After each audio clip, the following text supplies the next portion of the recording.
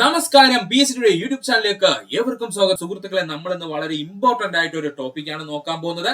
നമ്മുടെ 10ാം ക്ലാസ്സിലെ geography text ബുക്കിലെ ആദ്യത്തെ ടോപ്പിക്കായ ദിനാന്തരീക്ഷ സ്ഥിതിയും കാലാവസ്ഥയും എന്ന് പറയുന്നതാണ് നോക്കാൻ പോകുന്നത്. വളരെ വളരെ ഇമ്പോർട്ടന്റ് ആണ്. കഴിഞ്ഞ ദിവസം നടന്ന പോലീസ് കോൺസ്റ്റബിൾ എക്സാമിന് പോലും ഈ ഭാഗത്ത് നിന്ന് ചോദ്യങ്ങൾ ഉണ്ടായിരുന്നു. പ്രത്യേകിച്ച് അസിസ്റ്റന്റ് സെയിൽസ്മാൻ എക്സാമുകളുള്ള സുഹൃത്തുക്കൾ ഈ ഭാഗം വ്യക്തമായിട്ട് പഠിച്ചു പോകുക. അപ്പോൾ നമുക്ക് നോക്കാം 10ാം ക്ലാസ് ജോഗ്രഫി മേഖലയിലെ ആദ്യത്തെ ചാപ്റ്ററായ ദിനാന്തരീക്ഷ സ്ഥിതിയും കാലാവസ്ഥയും. ദിനാന്തരീക്ഷ ഘടകങ്ങൾ എന്നറിയപ്പെടുന്നത് ഏതൊക്കെയാണ്? നമുക്ക് നോക്കാം. ദിനാന്തരീക്ഷ ഘടകങ്ങൾ എന്നറിയപ്പെടുന്നത് അന്തരീക്ഷ താപനില, മർദ്ദം, കാറ്റ്, ആർദ്രത, സൂര്യപ്രകാശത്തിന്റെ ലഭ്യത. ഓർക്കുക, ദിനാന്തരീക്ഷ ഘടകങ്ങൾ എന്നറിയപ്പെടുന്നത് അന്തരീക്ഷ താപനില, മർദ്ദം, കാറ്റ്, ആർദ്രത, സൂര്യപ്രകാശത്തിന്റെ ലഭ്യത എന്നിവയാണ്. ഒരു നിശ്ചിത പ്രദേശത്ത് ഹ്രസ്വകാലയളവിൽ എന്ന് വെച്ചാൽ ചെറിയൊരു കാലയളവിൽ അനുഭവപ്പെടുന്ന താപനില, അന്തരീക്ഷ മർദ്ദം, കാറ്റുകൾ, ആർദ്രത, വർഷണം തുടങ്ങിയ സാഹചര്യങ്ങളെ ദിനാന്തരീക്ഷ സ്ഥിതി എന്നറിയപ്പെടുന്നു. അല്ലെങ്കിൽ ഇംഗ്ലീഷിൽ അവനെ നമുക്ക് വെതർ എന്ന് പറയാം. ഒരു നിശ്ചിത പ്രദേശത്ത് ഹ്രസ്വ കാലയളവിൽ അനുഭവപ്പെടുന്ന താപനില, അന്തരീക്ഷ മർദ്ദം, കാറ്റുകൾ, ആർദ്രത, വർഷണം തുടങ്ങിയ സാഹചര്യങ്ങളെ ദിനാന്തരീക്ഷ സ്ഥിതി എന്ന് അറിയപ്പെടുന്നു. അല്ലെങ്കിൽ ഇംഗ്ലീഷിൽ നമ്മൾ അവനെ വെതർ എന്ന് വിളിക്കുന്നു. ഒരു വിശാല ഭൂപ്രദേശത്ത് ദീർഘകാലമായി അനുഭവപ്പെടുന്ന ദിനാവസ്ഥാ സാഹചര്യങ്ങളുടെ ശരാശരി അറിയപ്പെടുന്ന പേരാണ് ആ പ്രദേശത്തിന്റെ കാലാവസ്ഥ എന്ന് ഓർക്കണം. ഒരു വിശാല ഭൂപ്രദേശത്ത് ദീർഘകാലമായി അനുഭവപ്പെടുന്ന ദിനാവസ്ഥാ സാഹചര്യങ്ങളുടെ ശരാശരി അറിയപ്പെടുന്ന പേരെന്താണ്? ആ ഭൂപ്രദേശത്തിന്റെ കാലാവസ്ഥ എന്ന്. ഒരു പ്രദേശത്തിന്റെ കാലാവസ്ഥ നിർണ്ണയിക്കുന്നതിന് എടുക്കേണ്ട കാലാവധി 35 മുതൽ 40 വർഷം വരെയാണ്. ഒരു പ്രദേശത്തിന്റെ കാലാവസ്ഥ നിർണ്ണയിക്കുന്നതിന് എടുക്കേണ്ട കാലാവധി എത്രയാ? 35 മുതൽ 40 വർഷം വരെയാണ്. ഇത് ഇമ്പോർട്ടന്റ് ആയിട്ട് ഓർത്തുവെക്കുക. ഇനി നമുക്ക് നോക്കുവാനുള്ളത് ഇന്ത്യൻ കാലാവസ്ഥ നിരീക്ഷണ വകുപ്പ് അഥവാ IMD യെ പറ്റിയിട്ടാണ് കേട്ടോ. ഇന്ത്യൻ കാലാവസ്ഥ നിരീക്ഷണ വകുപ്പ് ഇന്ത്യയുടെ കാലാവസ്ഥാ നിരീക്ഷണങ്ങൾ, കാലാവസ്ഥ പ്രവചനം തുടങ്ങിയ ചുമതലകൾ വഹിക്കുന്ന പ്രധാനപ്പെട്ട ഏജൻസിയാണ് ഇന്ത്യൻ കാലാവസ്ഥാ നിരീക്ഷണ വകുപ്പ്. ഇന്ത്യയുടെ കാലാവസ്ഥാ നിരീക്ഷണങ്ങൾ, കാലാവസ്ഥാ പ്രവചനം തുടങ്ങിയ ചുമതലകൾ വഹിക്കുന്ന പ്രധാനപ്പെട്ട ഏജൻസിയാണ് ഇന്ത്യൻ കാലാവസ്ഥാ നിരീക്ഷണ വകുപ്പ്. ഇന്ത്യൻ കാലാവസ്ഥാ നിരീക്ഷണ വകുപ്പ് ഭൗമശാസ്ത്ര മന്ത്രാലയത്തിന് കീഴിലാണ് പ്രവർത്തിക്കുന്നത്. ഇത് ഓൾറെഡി പ്രീവിയസ് ആയി ചോദിച്ചതാണ്. ഇന്ത്യൻ കാലാവസ്ഥാ നിരീക്ഷണ വകുപ്പ് ഭൗമശാസ്ത്ര മന്ത്രാലയത്തിന് കീഴിലാണ് പ്രവർത്തിക്കുന്നത്. കാലാവസ്ഥാ നിരീക്ഷണ വകുപ്പിന്റെ ആസ്ഥാനം ന്യൂഡൽഹിയാണ്. ഇതും പ്രീവിയസ് ആയി ചോദിച്ചതാണ്. കാലാവസ്ഥാ നിരീക്ഷണ വകുപ്പിന്റെ ആസ്ഥാനം എവിടെയാ? ന്യൂഡൽഹിയാണ്. ഇന്ത്യയിലും അന്റാർട്ടിക്കയിലുമായി ഇന്ത്യൻ കാലാവസ്ഥാ നിരീക്ഷണ വകുപ്പിന് 100ൽ കൂടുതൽ നിരീക്ഷണ സ്റ്റേഷനുകൾ ഉണ്ട്. ഓർത്തോളണം, ഇന്ത്യയിലും അന്റാർട്ടിക്കയിലുമായി ഇന്ത്യൻ കാലാവസ്ഥാ നിരീക്ഷണ വകുപ്പിന് 100ൽ കൂടുതൽ നിരീക്ഷണ സ്റ്റേഷനുകൾ ഉണ്ട്. ഭൂമിയുടെ പ്രധാന ഊർജ സ്രോതസ് എന്നും ഭൂമിയോട് ഏറ്റവും അടുത്ത് സ്ഥിതി ചെയ്യുന്ന നക്ഷത്രം എന്നും അറിയപ്പെടുന്നത് സൂര്യനാണ്. ഭൂമിയുടെ പ്രധാന ഊർജ സ്രോതസ് എന്നും ഭൂമിയോട് ഏറ്റവും അടുത്ത് സ്ഥിതി ചെയ്യുന്ന നക്ഷത്രം എന്നും അറിയപ്പെടുന്നത് ആരെയാ? സൂര്യനെയാണ്. സൂര്യനിൽ ഊർജം ഉൽപ്പാദിപ്പിക്കുന്ന പ്രക്രിയയാണ് അണുസംയോജനം അഥവാ ന്യൂക്ലിയർ ഫ്യൂഷൻ. ഓർത്തോളണേ, സൂര്യനിൽ ഊർജം ഉൽപ്പാദിപ്പിക്കപ്പെടുന്ന പ്രക്രിയ എന്ത് പേരിലാണ് അറിയപ്പെടുന്നത്? അണുസംയോജനം അഥവാ ന്യൂക്ലിയർ ഫ്യൂഷൻ എന്നാണ്. സൂര്യനിൽ നിന്നും ഊർജം ഭൂമിയിൽ എത്തുന്നത് വികിരണ രൂപത്തിൽ. ഇത് രണ്ടും പ്രീവിയസ് ആയി ചോദിച്ചതാണ്. സൂര്യനിൽ നിന്നും ഊർജം ഭൂമിയിൽ എത്തുന്നത് എന്ത് രൂപത്തിലാ? വികിരണ രൂപത്തിലാണ്. എന്ത് രൂപത്തിലാണ്? വികിരണ രൂപത്തിലാണ്. ഭൗമോപരിതലത്തിൽ എത്തുന്ന വികിരണത്തിന്റെ അളവിനെ ഇൻസൊലേഷൻ എന്നറിയപ്പെടുന്നു. ഇതങ്ങ് അണ്ടർലൈൻ ചെയ്ത് ഓർത്തു വെച്ചോളണേ. ഭൗമോപരിതലത്തിൽ എത്തുന്ന സൗരവികിരണത്തിന്റെ അളവിനെ എന്ത് പേരിലാണ് അറിയപ്പെടുന്നത്? ഇൻസൊലേഷൻ എന്ന പേരിലാണ് അറിയപ്പെടുന്നത്. ഇനി നമുക്ക് അണുസംയോജനം എന്തെന്ന് നോക്കാം കേട്ടോ. ഇമ്പോർട്ടന്റ് ആണ് അണുസംയോജനം. രണ്ടോ അതിലധികമോ ചെറു അണുകേന്ദ്രങ്ങൾ കൂട്ടിയിടിയിലൂടെ സംയോജിച്ച് ഒരു വലിയ ആറ്റം രൂപപ്പെടുന്ന പ്രതിപ്രവർത്തനം അറിയപ്പെടുന്ന പേരാണ് അണുസംയോജനം എന്ന്. രണ്ടോ അതിലധികമോ ചെറു അണുകേന്ദ്രങ്ങൾ എന്ത് ചെയ്യും? തമ്മിൽ കൂട്ടിയിടിച്ചിട്ട് അതൊരു ഒറ്റ അണുകേന്ദ്രമായിട്ട് എന്ത് ചെയ്യും? മാറ്റപ്പെടും, അല്ലെങ്കിൽ വലിയൊരു ആറ്റമായിട്ട് മാറ്റപ്പെടും. ഇങ്ങനെ നടക്കുന്ന പ്രതിപ്രവർത്തനം അറിയപ്പെടുന്ന പേരാണ് അണുസംയോജനം എന്ന്. അണുസംയോജനം കൂടുതലായി കാണപ്പെടുന്നത് ഹൈഡ്രജൻ പോലുള്ള കുറഞ്ഞ അറ്റോമിക സംഖ്യയുള്ള മൂലകങ്ങളിലാണ്. അണുസംയോജനം കൂടുതലായി കാണപ്പെടുന്നത് ഹൈഡ്രജൻ പോലുള്ള കുറഞ്ഞ അറ്റോമിക സംഖ്യയുള്ള മൂലകങ്ങളിലാണ്. പ്രപഞ്ചത്തിലെ എല്ലാ നക്ഷത്രങ്ങളും ഊർജം ഉൽപ്പാദിപ്പിക്കുന്നത് അണുസംയോജനത്തിലൂടെയാണ്. പ്രപഞ്ചത്തിലെ എല്ലാ നക്ഷത്രങ്ങളും ഊർജം ഉൽപ്പാദിപ്പിക്കുന്നത് അണുസംയോജനത്തിലൂടെയാണ്. ഓരോ സെക്കൻഡിലും സൂര്യനിൽ 600 ദശലക്ഷം ടൺ ഹൈഡ്രജൻ ഹീലിയമായി മാറ്റപ്പെടുന്നു. സ്റ്റേറ്റ്മെന്റ് ലെവലായിട്ട് ചോദിക്കാൻ പറ്റിയ ഒരു പോയിന്റ് ആണ്. ഓരോ സെക്കൻഡിലും സൂര്യനിലെ 600 ദശലക്ഷം ടൺ ഹൈഡ്രജൻ ഹീലിയമായിട്ട് മാറ്റപ്പെടുന്നു. ഇതോടൊന്ന് ഓർക്കുക. അന്തരീക്ഷത്തിലേക്ക് പ്രവേശിക്കുന്ന സൗരവികിരണം, അതായത് സൂര്യനിൽ നിന്നുള്ള താപവികിരണം അന്തരീക്ഷത്തെ കാര്യമായി ചൂട് പിടിപ്പിക്കാത്തതിന് കാരണം എന്തെന്ന് ചോദിച്ചാൽ, അന്തരീക്ഷത്തിലേക്ക് പ്രവേശിക്കുന്ന സൗരവികിരണങ്ങൾ ഹ്രസ്വ തരംഗങ്ങളായതിനാലാണ്. ഈ പോയിന്റ് ഇങ്ങനെ തന്നെ ഓർത്ത് വെച്ചോളണേ. അന്തരീക്ഷത്തിലേക്ക് പ്രവേശിക്കുന്ന സൗരവികിരണം അന്തരീക്ഷത്തെ കാര്യമായി ചൂട് പിടിപ്പിക്കുന്നില്ല. അതിന് കാരണം എന്തെന്ന് ചോദിച്ചാല്, അന്തരീക്ഷത്തിലേക്ക് പ്രവേശിക്കുന്ന സൗരവികിരണങ്ങൾ ഹ്രസ്വ തരംഗങ്ങളായതിനാലാണ്. ചൂടേറിയ വസ്തുക്കളിൽ നിന്നും ഊർജം വികിരണം ചെയ്യപ്പെടുന്നത് ഹ്രസ്വ തരംഗങ്ങളായാണ്. ഇമ്പോർട്ടന്റ് ആണ്. ചൂടേറിയ വസ്തുക്കളിൽ നിന്നും ഊർജം വികിരണം ചെയ്യുന്നത് ഏത് രീതിയിലാ? ഹ്രസ്വ തരംഗങ്ങളായിട്ടാണ്. അന്തരീക്ഷത്തിലൂടെ തടസ്സങ്ങളില്ലാതെ കടന്നു പോകുന്ന ഊർജ വികിരണം ഏതെന്ന് ചോദിച്ചാൽ അത് ഹ്രസ്വ തരംഗങ്ങളാണ്. അന്തരീക്ഷത്തിലൂടെ തടസ്സങ്ങളില്ലാതെ കടന്നു പോകുന്ന ഊർജ വികിരണങ്ങൾ എപ്പോഴും ആരായിരിക്കും? ഹ്രസ്വ തരംഗങ്ങളായിരിക്കും. താരതമ്യേന ചൂട് കുറഞ്ഞ വസ്തുക്കളിൽ നിന്നും ഊർജ വികിരണം നടക്കുന്നത് ദീർഘതരംഗങ്ങളായിട്ടാണ്. താരതമ്യേന ചൂട് കുറഞ്ഞ വസ്തുക്കളിൽ നിന്നും ഊർജ വികിരണം നടക്കുന്നത് ദീർഘതരംഗങ്ങളായിട്ടാണ്. അന്തരീക്ഷ വസ്തുക്കളാൽ കൂടുതൽ ആഗിരണം ചെയ്യപ്പെടുകയും പ്രതിഫലിപ്പിക്കപ്പെടുകയും ചെയ്യുന്നത് ദീർഘതരംഗങ്ങളാണ്. ഇമ്പോർട്ടന്റ് ആണ്. അന്തരീക്ഷ വസ്തുക്കളാൽ കൂടുതൽ ആഗിരണം ചെയ്യപ്പെടുകയും പ്രതിഫലിപ്പിക്കപ്പെടുകയും ചെയ്യുന്നത് ഏതരം തരംഗങ്ങളാ? ദീർഘതരംഗങ്ങളാണ്. ദീർഘതരംഗങ്ങൾ കൂടുതലായി പ്രതിഫലിപ്പിക്കുവാൻ കാരണം കുറഞ്ഞ തരംഗ ദൈർഘ്യമാണ്. ദീർഘതരംഗ ദൈർഘ്യങ്ങൾ കൂടുതലായിട്ട് ഈ അന്തരീക്ഷത്തിൽ പ്രതിഫലിപ്പിക്കപ്പെടുവാൻ കാരണം എന്തെന്ന് ചോദിച്ചാൽ അവന്റെ കുറഞ്ഞ തരംഗ ദൈർഘ്യം ഉള്ളത് കൊണ്ടാണ്. സൗരവികിരണത്താൽ ഭൗമോപരിതലം ചൂടുപിടിക്കുന്നതിന് കാരണമായ താപനില പ്രക്രിയകളാണ് താപചാലനം, സംവഹനം, അവിവഹനം, അതുപോലെ വികിരണം. ഈ പറഞ്ഞിരിക്കുന്ന പോയിന്റ് ഇമ്പോർട്ടന്റ് ആണ്. പ്രീവിയസ് ആയിട്ട് PSC ഓൾറെഡി ചോദിച്ചു കഴിഞ്ഞു. വളരെ വളരെ ഇമ്പോർട്ടന്റ് ആണ്. സൗരവികിരണത്താൽ ഭൗമോപരിതലം ചൂടുപിടിക്കുന്നതിന് കാരണമായ താപനില പ്രക്രിയകൾ ഏതൊക്കെയാ? താപചാലനം, സംവഹനം, അവിവഹനം, അതുപോലെ വികിരണം എന്നിവയാണ്. ഇനി നമുക്ക് അന്തരീക്ഷ താപ വ്യാപന പ്രക്രിയകൾ എന്ന് നോക്കാം. അന്തരീക്ഷ താപ വ്യാപന പ്രക്രിയകൾ ആദ്യമായി നോക്കുന്നതാണ് താപചാലനം. എന്താണ് താപചാലനം അഥവാ കണ്ടക്ഷൻ? ചൂടായ ഭൗമോപരിതലത്തിനോട് ചേർന്നുള്ള അന്തരീക്ഷത്തിന്റെ താഴ്ന്ന വിതാനത്തിലേക്ക് താപം പകരുന്ന രീതി എങ്ങനെയെന്ന് ചോദിച്ചാൽ അത് താപചാലനത്തിലൂടെയാണ്. എന്താ താപചാലനം അഥവാ കണ്ടക്ഷൻ എന്ന് പറഞ്ഞു കഴിഞ്ഞാല്, ചൂടായ ഭൗമോപരിതലത്തിനോട് ചേർന്നുള്ള അന്തരീക്ഷത്തിന്റെ താഴ്വിതാനങ്ങളിലേക്ക് താപം പകരുന്ന രീതി എന്താന്ന് ചോദിച്ചു കഴിഞ്ഞാൽ അത് താപചാലനം അഥവാ കണ്ടക്ഷനിലൂടെയാണ്.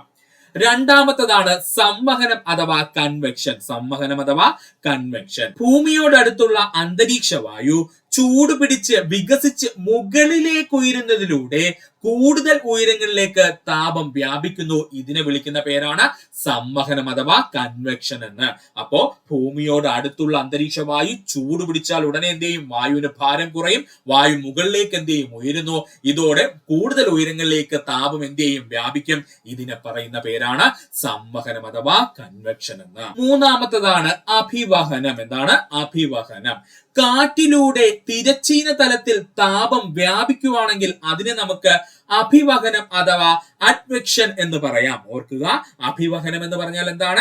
കാറ്റിലൂടെ തിരശ്ചീന തലത്തിൽ താപം വ്യാപിക്കുകയാണെങ്കിൽ നമുക്ക് പറയാം അഭിവഹനത്തിലൂടെയാണ് താപം സഞ്ചരിച്ചതെന്ന്. അടുത്തതാണ് വികിരണം അഥവാ റേഡിയേഷൻ.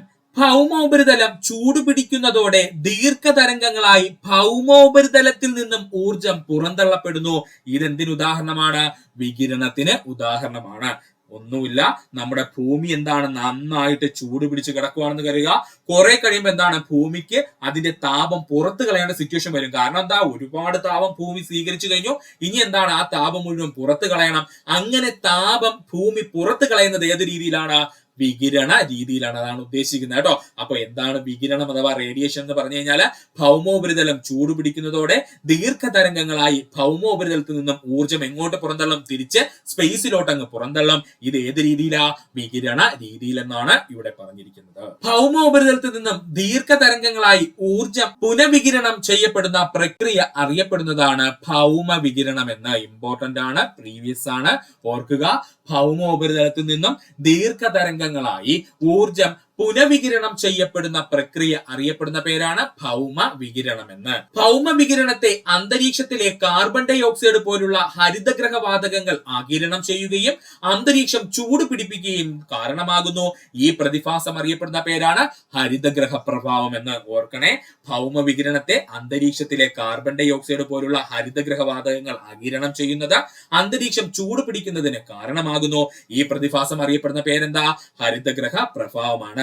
അപ്പോ ഹരിതഗ്രഹ പ്രഭാവത്തിന് കാരണമാവുന്നത് സൗരവികിരണമാണോ അതോ ഭൗമ വികിരണമാണോ? ഉറപ്പായിട്ടും ഭൗമ വികിരണമാണ് എന്തിന് കാരണമാകുന്നത്? ഹരിതഗ്രഹ പ്രഭാവത്തിന് കാരണമാകുന്നത്. ഓർക്കുക, ഭൂമിയിലെത്തുന്ന സൗരതാപത്തെ ആഗിരണം ചെയ്തും അതുപോലെ തന്നെ പുനഃവികിരണം ചെയ്തും ഭൗമോപരിതലം താപസന്തുലിതമായി നിലനിർത്തുന്ന ഭൂമിയുടെ താപ സന്തുലിത പ്രക്രിയ അറിയപ്പെടുന്ന പേരാണ് താപ ബഡ്ജറ്റ് എന്ന്. ഓർക്കണം, ഭൂമിയിലെത്തുന്ന സൗരതാപത്തെ ആവശ്യമുള്ളതിനെ ആഗിരണം ചെയ്യും, ഒരുപാടായി കഴിഞ്ഞാൽ അതിനെന്ത് ചെയ്യും? പുനഃവികിരണം ചെയ്യുകയും ചെയ്തുകൊണ്ട് ഭൗമോപരിതല താപം സന്തുലിതമായി നിലനിർത്തുന്ന ഭൂമിയുടെ താപ സന്തുലിത പ്രക്രിയ അറിയപ്പെടുന്ന പേരെന്താ? താപ ബഡ്ജറ്റ് എന്ന്. അന്തരീക്ഷത്തിലെത്തുന്ന 100% സൗരോർജത്തിലെ, ഞാൻ പഠിക്കാൻ എളുപ്പമായിട്ട് 100% എന്ന് പറഞ്ഞതാണ്, സത്യത്തിൽ 100 യൂണിറ്റ് എന്നാണ് നമ്മൾ പറയുന്നത് കേട്ടോ. എന്നാലും പഠിക്കുന്നതിന് വേണ്ടി നമുക്ക് പെർസെന്റേജ് വെച്ചങ്ങ് പഠിക്കാം. അന്തരീക്ഷത്തിലെത്തുന്ന 100% സൗരോർജത്തിന്റെ 35% പ്രതിഫലിച്ച് ശൂന്യാകാശത്തേക്ക് പോകുന്നു. അന്തരീക്ഷത്തിലെത്തുന്ന 100% സൗരോർജത്തിന്റെ 35% പ്രതിഫലിച്ച് നേരെ എങ്ങ് പോകും? ശൂന്യാകാശത്തേക്ക് പോകുന്നു. 14% ഊർജം അന്തരീക്ഷ വസ്തുക്കൾ ആഗിരണം ചെയ്യുന്നു. അപ്പോ ഭൂമിയിലെത്തുന്ന 100% സൗരോർജത്തില് 35% സൗരോർജം എങ്ങോട്ട് പോകും? ശൂന്യാകാശത്തേക്ക് പോകും. ബാക്കി 14% എന്ത് ചെയ്യും? അന്തരീക്ഷ വസ്തുക്കൾ ആഗിരണം ചെയ്യും. 51% ഊർജം മാത്രമാണ് ഭൗമോപരിതലത്തിൽ എത്തിച്ചേരുന്നത്. അതായത് നമ്മൾ വസിക്കുന്ന ഭൂമിയുടെ ഉപരിതലത്തിൽ എത്തിച്ചേരുന്ന എത്ര ശതമാനം മാത്രമാ? 51% മാത്രമാണ്. ഭൂമിയിൽ നിന്ന് പുനഃവികിരണം ചെയ്യപ്പെടുന്ന ഊർജത്തിന്റെ അളവ് 48%. ഇമ്പോർട്ടന്റ് ആണ്, ഭൂമിയിൽ നിന്ന് പുനഃവികിരണം ചെയ്യപ്പെടുന്ന ഊർജത്തിന്റെ അളവ് എത്രയാ? 48%. ഒന്നുകൂടെ ക്ലിയർ ആയിട്ട് പറഞ്ഞുതരാം. നമ്മുടെ ഭൂമിയിൽ നിന്ന് 100% സൗരോർജം എവിടെ എത്തുന്നെന്ന് കരുതുക? ഭൂമിയിൽ എത്തുന്നെന്ന് കരുതുക. അതിൽ 35% അപ്പോ തന്നെ എന്ത് ചെയ്യും? നേരെ പ്രതിഫലിച്ച് എങ്ങോട്ട് പോകും? ശൂന്യാകാശത്തേക്ക് പോകും. ബാക്കിയുള്ളതിൽ 14% എന്ത് ചെയ്യും? അന്തരീക്ഷത്തിലുള്ള പൊടിപടലങ്ങളും മേഘങ്ങളും മറ്റു വസ്തുക്കളെല്ലാം ആഗിരണം ചെയ്തുകൊണ്ട് പോകും. അതിനുശേഷം വരുന്ന 51% ഊർജം മാത്രമാണ് നമ്മുടെ ഭൂമിയുടെ ഉപരിതലത്തിൽ എത്തുന്നത്. ഇതിൽ തന്നെ 48% ഭൂമി എന്ത് ചെയ്യും? പുനഃവികിരണം എന്ന പ്രക്രിയയിലൂടെ എന്ത് ചെയ്യും? പുറത്തുവിടുകയും ചെയ്യും. ഇത്രയും ഓർക്കുക. താപവ്യാപന പ്രക്രിയയിലൂടെ അന്തരീക്ഷം വളരെ വേഗം ചൂടാകുന്നു. എന്നാൽ ഭൗമോപരിതലം സാവധാനം മാത്രമേ ചൂടാകുകയുള്ളൂ. ഇമ്പോർട്ടന്റ് ആണ്. താപവ്യാപന പ്രക്രിയയിലൂടെ അന്തരീക്ഷം എന്ന് പറയുന്നത് വളരെ വേഗം ചൂടാകുന്നു. എന്നാൽ നമ്മൾ അധിവസിക്കുന്ന ഭൂമിയുടെ ഉപരിതലം വളരെ സാവധാനം മാത്രമേ ചൂടാകുകയുള്ളൂ. രാത്രികാലങ്ങളിൽ സൗരവികിരണത്തിന്റെ തീക്ഷണ കുറയുന്നതിനാൽ ഭൗമോപരിതലം താപം ക്രമേണ കുറഞ്ഞു വരികയും അന്തരീക്ഷവും ഭൗമോപരിതലവും തണുക്കുകയും ചെയ്യുന്നു. രാത്രികാലങ്ങളിൽ സൗരവികിരണത്തിന്റെ തീക്ഷ്ണത കുറയുന്നതിനാൽ ഭൗമോപരിതലം താപം ക്രമേണ കുറഞ്ഞു വരികയും അന്തരീക്ഷവും ഭൗമോപരിതലം തണുക്കുകയും ചെയ്യുന്നു. സൂര്യോദയത്തിന് തൊട്ടു മുൻപുള്ള താപനിലയാണ് ഒരു ദിവസത്തെ ഏറ്റവും കുറഞ്ഞ അന്തരീക്ഷ താപനിലയായി കണക്കാക്കുന്നത്. ഇതൊരിക്കൽ ചോദിച്ചതാണ് ഡിഗ്രി ലെവല്, അതുകൊണ്ട് ഓർത്തോളണം. സൂര്യോദയത്തിന് തൊട്ടു മുമ്പുള്ള താപനിലയാണ് ഒരു ദിവസത്തെ ഏറ്റവും കുറഞ്ഞ അന്തരീക്ഷ താപനിലയായിട്ട് കണക്കാക്കുന്നത്. ഒരു ദിവസത്തെ കൂടിയ താപനിലയും കുറഞ്ഞ താപനിലയും തമ്മിലുള്ള വ്യത്യാസമാണ് ദൈനിക താപാന്തരം എന്ന് അറിയപ്പെടുന്നത്. ഒരു ദിവസത്തെ കൂടിയ താപനിലയും കുറഞ്ഞ താപനിലയും തമ്മിലുള്ള വ്യത്യാസം എന്ത് പേരിലാണ് അറിയപ്പെടുന്നത്? ദൈനിക താപാന്തരം എന്ന പേരിലാണ് അറിയപ്പെടുന്നത്. ഒരു ദിവസത്തെ ശരാശരി താപനിലയാണ് ദൈനിക ശരാശരി താപനില എന്നറിയപ്പെടുന്നത്. ഒരു ദിവസത്തെ ശരാശരി താപനിലയാണ് ദൈനിക ശരാശരി താപനില എന്നറിയപ്പെടുന്നത്. തന്മാത്രകളുടെ ചലനം മൂലം ഒരു വസ്തുവിനുണ്ടാകുന്ന ആകെ ഊർജത്തിന്റെ അളവാണ് ചൂട് അഥവാ താപം എന്ന് പറയുന്നത്. നമ്മൾ ഫിസിക്സിൽ ഒരുപാട് പഠിച്ചിട്ടുള്ളതാണ്. തന്മാത്രകളുടെ ചലനം മൂലം ഒരു വസ്തുവിനുണ്ടാകുന്ന ആകെ ഊർജത്തിന്റെ അളവാണ് ചൂട് അഥവാ താപം എന്ന് പറയുന്നത്. താപത്തിന്റെ യൂണിറ്റ് ജൂൾ ആണ്. ഇതും പ്രീവിയസ് ആയി ചോദിച്ചതാണ്. താപത്തിന്റെ യൂണിറ്റ് എന്താ? ജൂൾ ആണ്. ഒരു വസ്തുവിന്റെ താപത്തിന്റെ അളവുകോലാണ് ഊഷ്മാവ് അഥവാ താപനില എന്നറിയപ്പെടുന്നത്. ഒരു വസ്തുവിന്റെ താപത്തിന്റെ അളവുകോലാണ് ഊഷ്മാവ് അഥവാ താപനില എന്നറിയപ്പെടുന്നത്. ഇംഗ്ലീഷിൽ പറഞ്ഞാൽ ടെമ്പറേച്ചർ കേട്ടോ. താപനിലയുടെ unit degree Celsius, Fahrenheit, kelvin എന്നിവയാണ്. ഓർത്തോളനെ താപനിലയുടെ യൂണിറ്റ് നമുക്ക് എന്തിലൊക്കെ പറയാം? ഒന്നി ഡിഗ്രി സെൽഷ്യസിൽ പറയാം, അല്ലെങ്കിൽ ഫാരൻഹീറ്റിൽ പറയാം, അല്ലെന്നുണ്ടെങ്കിൽ കെൽവിനിൽ പറയാം. അന്തരീക്ഷ താപനില അളക്കാൻ ഉപയോഗിക്കുന്ന ഉപകരണമാണ് തെർമോമീറ്റർ. അന്തരീക്ഷ താപനില അളക്കാൻ ഉപയോഗിക്കുന്ന ഉപകരണം ഏതാ? തെർമോമീറ്റർ ആണ്. ഇത് പ്രീവിയസ് ആയി ചോദിച്ചതാണ്. 2 തെർമോമീറ്ററുകൾ യു ആകൃതിയിലുള്ള ഗ്ലാസ് ട്യൂബ് കൊണ്ട് യോജിപ്പിച്ച് തയ്യാറാക്കുന്ന പ്രത്യേക തരം ഉപകരണമാണ് മാക്സിമം മിനിമം തെർമോമീറ്റർ. ഇമ്പോർട്ടന്റ് ആണ്, ചോദിക്കാൻ സാധ്യതയുണ്ട്. 2 തെർമോമീറ്ററുകളെ യു ആകൃതിയിലുള്ള ഗ്ലാസ് ട്യൂബ് കൊണ്ട് യോജിപ്പിച്ച് തയ്യാറാക്കുന്ന പ്രത്യേക തരം ഉപകരണമാണ് മാക്സിമം മിനിമം തെർമോമീറ്റർ എന്ന് പറയുന്നത്. ഒരു ദിവസത്തെ കൂടിയ താപനിലയും കുറഞ്ഞ താപനിലയും കണ്ടെത്തുന്നതിന് വേണ്ടി ഉപയോഗിക്കുന്ന ഉപകരണമാണ് മാക്സിമം മിനിമം തെർമോമീറ്റർ എന്ന് പറയുന്നത്. ഒരു ദിവസത്തെ കൂടിയ താപനിലയും കുറഞ്ഞ താപനിലയും കണ്ടെത്തുന്നതിന് വേണ്ടി ഉപയോഗിക്കുന്ന ഉപകരണം ഏതാ? മാക്സിമം മിനിമം തെർമോമീറ്റർ ആണ്. ഓരോ പ്രദേശത്തും രേഖപ്പെടുത്തുന്ന താപനിലയെ ഭൂപടങ്ങളിൽ അടയാളപ്പെടുത്തി ഒരേ താപനിലയിലുള്ള പ്രദേശങ്ങളെ തമ്മിൽ യോജിപ്പിച്ചുകൊണ്ട് സാങ്കല്പികമായ രേഖകൾ വരയ്ക്കുന്നു. ഇത്തരം രേഖകൾ അറിയപ്പെടുന്ന പേരാണ് സമതാപരേഖകൾ. അതായത് സമമായിട്ടുള്ള താപമുള്ള രേഖകൾ. ഓക്കെയാണ്. ഓരോ പ്രദേശത്തും രേഖപ്പെടുത്തുന്ന താപനിലയെ ഭൂപടങ്ങളിൽ അടയാളപ്പെടുത്തിക്കൊണ്ട് ഒരേ താപനിലയിലുള്ള പ്രദേശങ്ങൾ തമ്മിൽ യോജിപ്പിച്ചുകൊണ്ട് സാങ്കല്പിക രേഖകൾ വരയ്ക്കുന്നു. ഇത്തരം രേഖകൾ അറിയപ്പെടുന്ന പേരെന്താണ്? സമതാപ രേഖകൾ എന്ന്. ഒരു പ്രദേശത്തിന്റെ താപവിതരണം സംബന്ധിച്ച വിശകലനങ്ങൾക്ക് ഉപയോഗിക്കുന്ന ഭൂപടങ്ങളാണ് സമതാപരേഖാ ഭൂപടങ്ങൾ. ഓർക്കണേ, ഒരു പ്രദേശത്തിന്റെ താപവിതരണം സംബന്ധിച്ച വിശകലനങ്ങൾക്ക് ഉപയോഗിക്കുന്ന ഭൂപടത്തിന്റെ പേരെന്താ? സമതാപരേഖാ ഭൂപടമാണ്. ഈ കാണിച്ചിരിക്കുന്നത് കേട്ടോ, സമതാപരേഖാ ഭൂപടം എന്ന് പറയുന്നത്. ഈ ചിത്രത്തിൽ കാണിച്ചിരിക്കുന്നതാണ് സമതാപരേഖാ ഭൂപടം എന്ന് പറയുന്നത്. ഇവിടെ തുല്യമായിട്ടുള്ള താപനിലയുള്ള പ്രദേശങ്ങളിലൂടെയാണ് ഈ രേഖ കടന്നു പോകുന്നത്. അപ്പോൾ ആ പ്രദേശങ്ങളിലെ താപനില നമുക്ക് മാപ്പിലൂടെ പെട്ടെന്ന് മനസ്സിലാക്കാൻ കഴിയും. അതിനാണ് നമ്മൾ സമതാപരേഖാ ഭൂപടങ്ങൾ ഉപയോഗിക്കുന്നത്. ഓരോ രേഖാംശ രേഖയിലും ഏറ്റവും ഉയർന്ന വാർഷിക ശരാശരി അന്തരീക്ഷ താപനില രേഖപ്പെടുത്തിയിട്ടുള്ള പ്രദേശങ്ങളെ തമ്മിൽ യോജിപ്പിക്കുന്ന സാങ്കല്പിക രേഖയാണ് താപീയ മധ്യരേഖ എന്നറിയപ്പെടുന്നത്. ഓരോ രേഖാംശ രേഖയിലും ഏറ്റവും ഉയർന്ന വാർഷിക ശരാശരി അന്തരീക്ഷ താപനില രേഖപ്പെടുത്തിയിട്ടുള്ള പ്രദേശങ്ങളെ തമ്മിൽ യോജിപ്പിക്കുന്ന സാങ്കല്പിക രേഖയാണ് താപീയ മധ്യരേഖ എന്ന് പറയുന്നത്. കണ്ടോ സുഹൃത്തുക്കളെ, ഇതാണ് താപീയ മധ്യരേഖ എന്ന് പറയുന്നത്. അതായത് ഒരു വർഷത്തെ അവിടെ ഏറ്റവും ശരാശരി താപനില എത്രയാണെന്ന് കണ്ടെത്തും. അതിനുശേഷം അവയെല്ലാം കൂടെ യോജിപ്പിച്ചുകൊണ്ട് നമ്മൾ എന്ത് ചെയ്യുന്നു? ഒരു സാങ്കല്പിക രേഖ വരയ്ക്കുന്നു. ഈ സാങ്കല്പിക രേഖയെ വിളിക്കുന്ന പേരാണ് താപീയ മധ്യരേഖ എന്ന്. ഇനി നമുക്ക് നോക്കുവാനുള്ളതാണ് താപ വിതരണത്തെ സ്വാധീനിക്കുന്ന ഘടകങ്ങൾ. വളരെ ഇമ്പോർട്ടന്റ് ആണ്. താപ വിതരണത്തെ സ്വാധീനിക്കുന്ന ഘടകങ്ങളെ പറ്റിയാണ് നമ്മൾ നോക്കാൻ പോകുന്നത്. ആദ്യമായി നോക്കുവാനുള്ളത് അക്ഷാംശീയ സ്ഥാനം. എന്താണ് അക്ഷാംശീയ സ്ഥാനം? സൂര്യപ്രകാശം ലംബമായി പതിക്കുന്ന ഭൂമധ്യരേഖാ പ്രദേശങ്ങളിൽ താപനില വളരെ കൂടുതലായിരിക്കും. കണ്ടോ, സൂര്യരശ്മികൾ ലംബമായിട്ട് പതിക്കുന്നത് എവിടെയാ? ലംബമായി പതിക്കുന്നത് ഭൂമധ്യരേഖാ പ്രദേശത്തല്ലേ. അപ്പൊ ആ ഭൂമധ്യരേഖാ പ്രദേശത്ത് മറ്റു പ്രദേശങ്ങളെ അപേക്ഷിച്ച് താപനില വളരെ കൂടുതലായിരിക്കും. ഭൂമിയുടെ ഗോളാകൃതി കാരണം ധ്രുവ പ്രദേശങ്ങളോട് അടുക്കുമ്പോൾ സൂര്യരശ്മി ചരിഞ്ഞു പതിക്കുന്നതിനാൽ ഇരു ധ്രുവങ്ങളോടും അടുക്കുമ്പോൾ താപനില ക്രമേണ കുറഞ്ഞു വരുന്നു. ഇതാണ് ഭൂമിയിൽ വ്യത്യസ്ത താപീയ മേഖലകൾ രൂപപ്പെടുവാൻ കാരണം. ഒന്നുമില്ല, നമ്മൾ ഓൾറെഡി പറഞ്ഞു കഴിഞ്ഞു. സൂര്യരശ്മികൾ നേരെ ലംബമായിട്ട്, അതായത് നേരെ സ്ട്രൈറ്റ് ആയിട്ട് എവിടെ വന്ന് പതിച്ചു കൊടുക്കും? ഭൂമധ്യരേഖാ പ്രദേശങ്ങളിൽ പതിച്ചു കൊടുക്കും. എന്നാൽ ഈ ധ്രുവ പ്രദേശങ്ങൾ എന്ന് പറയാൻ നമുക്കറിയാം, ഭൂമി ഒരു ഗോളമായിട്ട് കൺസിഡർ ചെയ്ത് കഴിഞ്ഞാൽ അതിന്റെ മുകളിലും താഴെയുമാണ് അല്ലെ ആര് വരുന്നത്? ധ്രുവപ്രദേശം വരുന്നത്. അതുകൊണ്ട് നമ്മുടെ ഭൂമധ്യരേഖാ പ്രദേശത്ത് പതിക്കുന്ന കണക്ക് നേരെ വന്ന് സൂര്യരശ്മികൾക്ക് പതിക്കാൻ പറ്റത്തില്ല. അവരൊന്ന് ചരിഞ്ഞ് സമയമെടുത്തായിരിക്കും എവിടെ വരുന്നത്, ധ്രുവപ്രദേശങ്ങളിൽ പതിക്കുന്നത്. അതുകൊണ്ട് തന്നെ ധ്രുവപ്രദേശങ്ങളിലെ താപനില വളരെ കുറവായിരിക്കും. അങ്ങനെയെങ്കിൽ നമുക്ക് പറയാം ഭൂമധ്യരേഖാ പ്രദേശത്ത് നിന്നും ധ്രുവപ്രദേശത്തിലേക്ക് പോകും തോറും താപനില കുറഞ്ഞു വരുന്നു എന്ന് പറയാം. ഈ ഒരു പ്രതിഭാസം അല്ലെങ്കിൽ ഈ ഒരു ഭൂമിയുടെ ഷേപ്പ് മൂലമാണ് ഭൂമിയിൽ വ്യത്യസ്തമായിട്ടുള്ള താപീയ മേഖലകൾ രൂപപ്പെടുവാൻ കാരണം. അടുത്തതാണ് സമുദ്രനിരപ്പിൽ നിന്നുള്ള ഉയരം. എന്താണ് സമുദ്രനിരപ്പിൽ നിന്നുള്ള ഉയരം? ഉയരം കൂടുന്തോറും അന്തരീക്ഷ താപനില ക്രമേണ കുറഞ്ഞു വരുന്നു. ഈ പോയിന്റ് നന്നായിട്ട് ഓർത്ത് വെച്ചോളണം. ഇനി അങ്ങോട്ട് നമ്മൾ പഠിക്കാൻ പോകുന്ന പല പോയിന്റിലും ഇവ കയറി വരും കേട്ടോ. അപ്പോ ഉയരം കൂടുന്തോറും അന്തരീക്ഷ താപനില ക്രമേണ കുറഞ്ഞു വരുന്നു. ഓരോ കിലോമീറ്റർ ഉയരത്തിലും 6.4 ഡിഗ്രി സെൽഷ്യസ് എന്ന തോതിൽ അന്തരീക്ഷ താപനില കുറഞ്ഞു വരുന്നു. ഈ പ്രതിഭാസമാണ് ക്രമമായ താപനഷ്ട നിരക്ക് എന്നറിയപ്പെടുന്നത്. CPOയുടെ ക്വസ്റ്റ്യൻ ആയിരുന്നേ.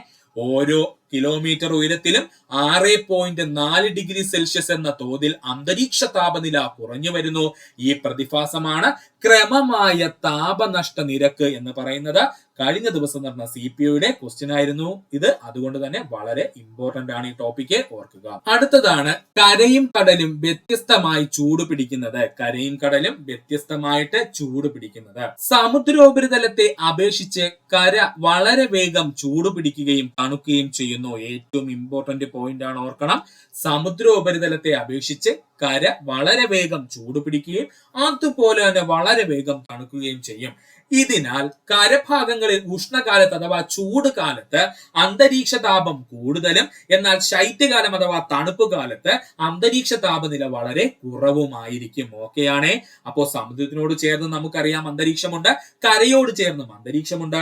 പക്ഷേ കരയുടെ പ്രത്യേകത എന്താ? സമുദ്രത്തിനെ അപേക്ഷിച്ച് ഇവൻ പെട്ടെന്ന് അങ്ങ് ചൂട് പിടിക്കുകയും പെട്ടെന്ന് തണുക്കുകയും ചെയ്യും. അതിനാൽ തന്നെ കരഭാഗങ്ങളിൽ എന്താണ്, ഉഷ്ണകാലത്ത് അന്തരീക്ഷ താപം വളരെ കൂടുതലും എന്നാൽ ശൈത്യകാലത്ത് അഥവാ തണുപ്പ് കാലത്ത് അന്തരീക്ഷ താപം വളരെ കുറവുമായിരിക്കും. അടുത്തതാണ് സമുദ്രത്തിൽ നിന്നുള്ള അകലം. ഇമ്പോർട്ടന്റ് ആണ് സമുദ്രത്തിൽ നിന്നുള്ള അകലം. സമുദ്രതീര പ്രദേശങ്ങളിൽ കടലിൽ നിന്നും കരയിലേക്കും തിരിച്ചും വീശുന്ന കാറ്റുകൾ താപനില മിതമായി നിലനിർത്താൻ സഹായിക്കുന്നു. അപ്പോ സമുദ്രതീര പ്രദേശങ്ങളിൽ കടലിൽ നിന്ന് കരയിലേക്കും കരയിൽ നിന്ന് തിരിച്ച് കടലിലേക്കും കാറ്റുകൾ വീശാറുണ്ട്. ഇതിനെ നമ്മൾ കടൽക്കാറ്റെന്നും കരക്കാറ്റെന്നും ഒക്കെ പറയും. അതിനെപ്പറ്റി നമുക്ക് പഠിക്കാം. അപ്പോ ഈ കടൽക്കാറ്റും കരക്കാറ്റും ഒക്കെ ഉണ്ടാകുന്നത് കൊണ്ട് തന്നെ ഈ സമുദ്രതീര പ്രദേശങ്ങളിലെ താപനില മിതമായിട്ട് നിലനിൽക്കാനായിട്ട് ഇത് സഹായിക്കും. സമുദ്ര സ്വാധീനം കുറഞ്ഞു വരുന്നതോടുകൂടി പകൽ താപം വളരെ ഉയർന്നതും രാത്രി താപം വളരെ കുറവായും കാണപ്പെടുന്നു. ഇമ്പോർട്ടന്റ് ആണ്.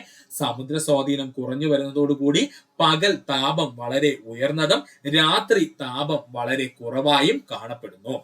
അടുത്തതാണ് സമുദ്ര ജല പ്രവാഹങ്ങൾ. ഇമ്പോർട്ടന്റ് ആണ് സമുദ്രജല പ്രവാഹങ്ങൾ. ഉഷ്ണജല പ്രവാഹങ്ങളും ശീതജല പ്രവാഹങ്ങളും കടന്നു പോകുന്ന തീരപ്രദേശങ്ങളിലെ അന്തരീക്ഷ താപനില യഥാക്രമം കൂടുകയും കുറയുകയും ചെയ്യും. അപ്പോൾ ഉഷ്ണജല പ്രവാഹം കടന്നു പോകുന്ന ഒരു സമുദ്രത്തിനോട് ചേർന്ന് കിടക്കുന്ന അന്തരീക്ഷത്തിന് താപനില കൂടുതലായിരിക്കും. എന്നാൽ ശീതജലം അഥവാ തണുത്ത ജല പ്രവാഹങ്ങൾ കടന്നു പോകുന്ന തീരപ്രദേശങ്ങളിലെ അന്തരീക്ഷത്തിന്റെ താപനില എങ്ങനെയായിരിക്കും? കുറവുമായിരിക്കും. ഉഷ്ണജല പ്രവാഹമായ ഉത്തര അറ്റ്ലാന്റിക് പ്രവാഹം യൂറോപ്പിന്റെ പടിഞ്ഞാറൻ പ്രദേശങ്ങൾക്ക് കൊടും തണുപ്പിൽ നിന്നും ആശ്വാസം നൽകുന്നു. ഇമ്പോർട്ടന്റ് ആണ് ഇതിൽ പഠിക്കുവാനുള്ളത്. അറ്റ്ലാന്റിക് പ്രവാഹം എന്ന് പറയുന്നത് ഒരു ഉഷ്ണജല പ്രവാഹമാണ്. ഇതാണ് ആദ്യം പഠിക്കുവാനുള്ളത്. അറ്റ്ലാന്റിക് പ്രവാഹം എന്ന് പറയുന്നത് ഒരു ഉഷ്ണജല പ്രവാഹമാണ്. ഇനി രണ്ടാമത്തെ പോയിന്റ് എന്താ? യൂറോപ്പിന്റെ പടിഞ്ഞാറൻ പ്രദേശങ്ങൾക്ക് കൊടും തണുപ്പിൽ നിന്നും ആശ്വാസം നൽകുന്ന ജലപ്രവാഹം എന്ന് ചോദിച്ചാൽ അത് ഉത്തര അറ്റ്ലാന്റിക് ഉഷ്ണജല പ്രവാഹമാണ്. കാനഡയ്ക്ക് വടക്ക് കിഴക്കൻ തീരങ്ങളിൽ ലാബ്രഡോർ ശീതജല പ്രവാഹത്തിന്റെ സ്വാധീനത്താൽ മാസങ്ങളോളം കൊടും തണുപ്പ് അനുഭവപ്പെടുന്നു. ഇവിടെ ആദ്യം പഠിക്കേണ്ടത് എന്താ? ഇവിടെ ആദ്യം നമുക്ക് പഠിക്കേണ്ടത് എന്താ? ലാബ്രഡോർ സമുദ്രജല പ്രവാഹം എന്ന് പറയുന്നത് ഒരു ശീതജല പ്രവാഹത്തിന് ഉദാഹരണമാണ്. ലാബ്രഡോർ സമുദ്രജല പ്രവാഹം എന്ന് പറയുന്നത് ഒരു ശീതജല പ്രവാഹത്തിന് ഉദാഹരണമാണ്. അതിനുശേഷമാണ് നമ്മുടെ സെക്കൻഡ് പോയിന്റ് വരുന്നത്. ഈ ലാബ്രഡോർ ശീതജല പ്രവാഹം മൂലം കാനഡയുടെ വടക്ക് കിഴക്കൻ തീരങ്ങളിലെ മാസങ്ങളോളം കൊടും തണുപ്പ് അനുഭവപ്പെടുകയും ചെയ്യുന്നു. അടുത്തതാണ് ഭൂപ്രകൃതി. എന്താണ് ഭൂപ്രകൃതി? ഭൂപ്രകൃതിക്ക് അനുസരിച്ച് ഭൂമിയിലെ ഓരോ പ്രദേശത്തും ലഭ്യമാകുന്ന സൂര്യപ്രകാശത്തിന്റെ ഏറ്റക്കുറച്ചിലുകൾ ഉണ്ടാകുന്നു. ഭൂപ്രകൃതിക്കനുസരിച്ച് ഭൂമിയിലെ ഓരോ പ്രദേശത്തിലും ലഭ്യമാകുന്ന സൂര്യപ്രകാശത്തിന് ഏറ്റക്കുറച്ചിലുകൾ ഉണ്ടാകുന്നു. സൂര്യന് അഭിമുഖമായി വരുന്ന പ്രദേശങ്ങളിൽ താപനില താരതമ്യേന കൂടുതലും വിപരീത ദിശയിൽ വരുന്ന പ്രദേശങ്ങളിൽ താപനില കുറവുമായിരിക്കും. സൂര്യന് അഭിമുഖമായി വരുന്ന പ്രദേശങ്ങളിൽ താപനില താരതമ്യേന കൂടുതലും വിപരീത ദിശയിൽ വരുന്ന പ്രദേശങ്ങളിൽ താപനില വളരെ കുറവുമായിരിക്കും. ഇതൊന്ന് ഓർത്തു വെച്ചോളാം. ചിത്രത്തിലേക്ക് ശ്രദ്ധിച്ചാൽ സുഹൃത്തുക്കളെ, സൂര്യരശ്മികൾ പതിക്കുന്ന സ്ഥലത്ത് താപനില കൂടുതലും എന്നാൽ ഡയറക്റ്റ് ആയിട്ട് സൂര്യരശ്മികൾ പതിക്കാത്ത സ്ഥലത്ത് താപനില കുറവുമായിരിക്കും. ഇനിയാണ് ഏറ്റവും ഇമ്പോർട്ടന്റ് ആയിട്ടുള്ള മേഖലയിലേക്ക് നമ്മൾ കടക്കാൻ പോകുന്നത്, അന്തരീക്ഷമർദ്ദവും കാറ്റുകളും. എന്താണ് അന്തരീക്ഷമർദ്ദവും കാറ്റുകളും? അന്തരീക്ഷ വായു ഭൗമോപരിതലത്തിൽ ചെലുത്തുന്ന ഭാരമാണ് അന്തരീക്ഷമർദ്ദം എന്നറിയപ്പെടുന്നത്. പ്രീവിയസ് ക്വസ്റ്റ്യൻ ആണ്. അന്തരീക്ഷ വായു ഭൗമോപരിതലത്തിൽ ചെലുത്തുന്ന ഭാരമാണ് അന്തരീക്ഷമർദ്ദം എന്നറിയപ്പെടുന്നത്. അന്തരീക്ഷമർദ്ദത്തെ സ്വാധീനിക്കുന്ന ഘടകങ്ങളാണ് അന്തരീക്ഷ താപനില, സമുദ്രനിരപ്പിൽ നിന്നുള്ള ഉയരം, അന്തരീക്ഷ വായുവിലെ ജലാംശം. അന്തരീക്ഷ മർദ്ദത്തെ സ്വാധീനിക്കുന്ന ഘടകങ്ങൾ ആരൊക്കെയാ? അന്തരീക്ഷത്തിന്റെ താപനില, സമുദ്രനിരപ്പിൽ നിന്നുള്ള ഉയരം, അന്തരീക്ഷ വായുവിലെ ജലാംശം. ഓർക്കണം, അന്തരീക്ഷ വായുവിലെ ജലാംശം എന്നിവയാണ്. ആദ്യം നമുക്ക് നോക്കാം അന്തരീക്ഷ താപനില എങ്ങനെയാണ് നമ്മുടെ അന്തരീക്ഷ മർദ്ദത്തെ സ്വാധീനിക്കുന്നതെന്ന്. അന്തരീക്ഷ വായു ചൂട് പിടിച്ച് വികസിക്കുകയും ഭാരം കുറഞ്ഞ് ഉയരുകയും ചെയ്യുന്നു. ഇപ്രകാരമാണ് ന്യൂനമർദ്ദ മേഖലകൾ രൂപപ്പെടുന്നത്. ഈ പോയിന്റ് അങ്ങ് ഓർത്ത് വെച്ചോളണം. അങ്ങോട്ട് പല ഭാഗത്തും നമുക്ക് പഠിക്കേണ്ടതാണ്. അന്തരീക്ഷ വായു ചൂട് പിടിച്ച് വികസിക്കുകയും ഭാരം കുറഞ്ഞ് ഉയരുകയും ചെയ്യുന്നു. ഇപ്രകാരമാണ് ന്യൂനമർദ്ദ മേഖലകൾ രൂപപ്പെടുന്നത്. ന്യൂനമർദ്ദം എന്ന് പറഞ്ഞാൽ മർദ്ദം കുറഞ്ഞ മേഖലകൾ എന്നാണ് അർത്ഥം. ചൂട് പിടിച്ച വായു തണുക്കുന്നത് മൂലം സങ്കോചിക്കുകയും ഭാരം കൂടുന്നത് മൂലം താഴ്ന്നിറങ്ങുന്ന മേഖലകളിൽ ഉച്ചമർദ്ദ മേഖലകൾ രൂപപ്പെടുകയും ചെയ്യുന്നു. ഉച്ചമർദ്ദം എന്ന് വെച്ചാൽ മർദ്ദം കൂടുതൽ എന്നാണ് അർത്ഥം കേട്ടോ. അപ്പോ ചൂട് പിടിച്ച വായു തണുക്കുമ്പോൾ എന്ത് സംഭവിക്കും? ഇവനങ്ങ് സങ്കോചിക്കും. അങ്ങനെ വായു സങ്കോചിച്ചു കഴിഞ്ഞാൽ വായുവിന് ഭാരം കൂടും. ഭാരം കൂടിയ വായു സ്വാഭാവികമായും താഴേക്ക് താഴ്ന്നിറങ്ങും. അങ്ങനെ ആ മേഖലകൾ എന്തുണ്ടാകും?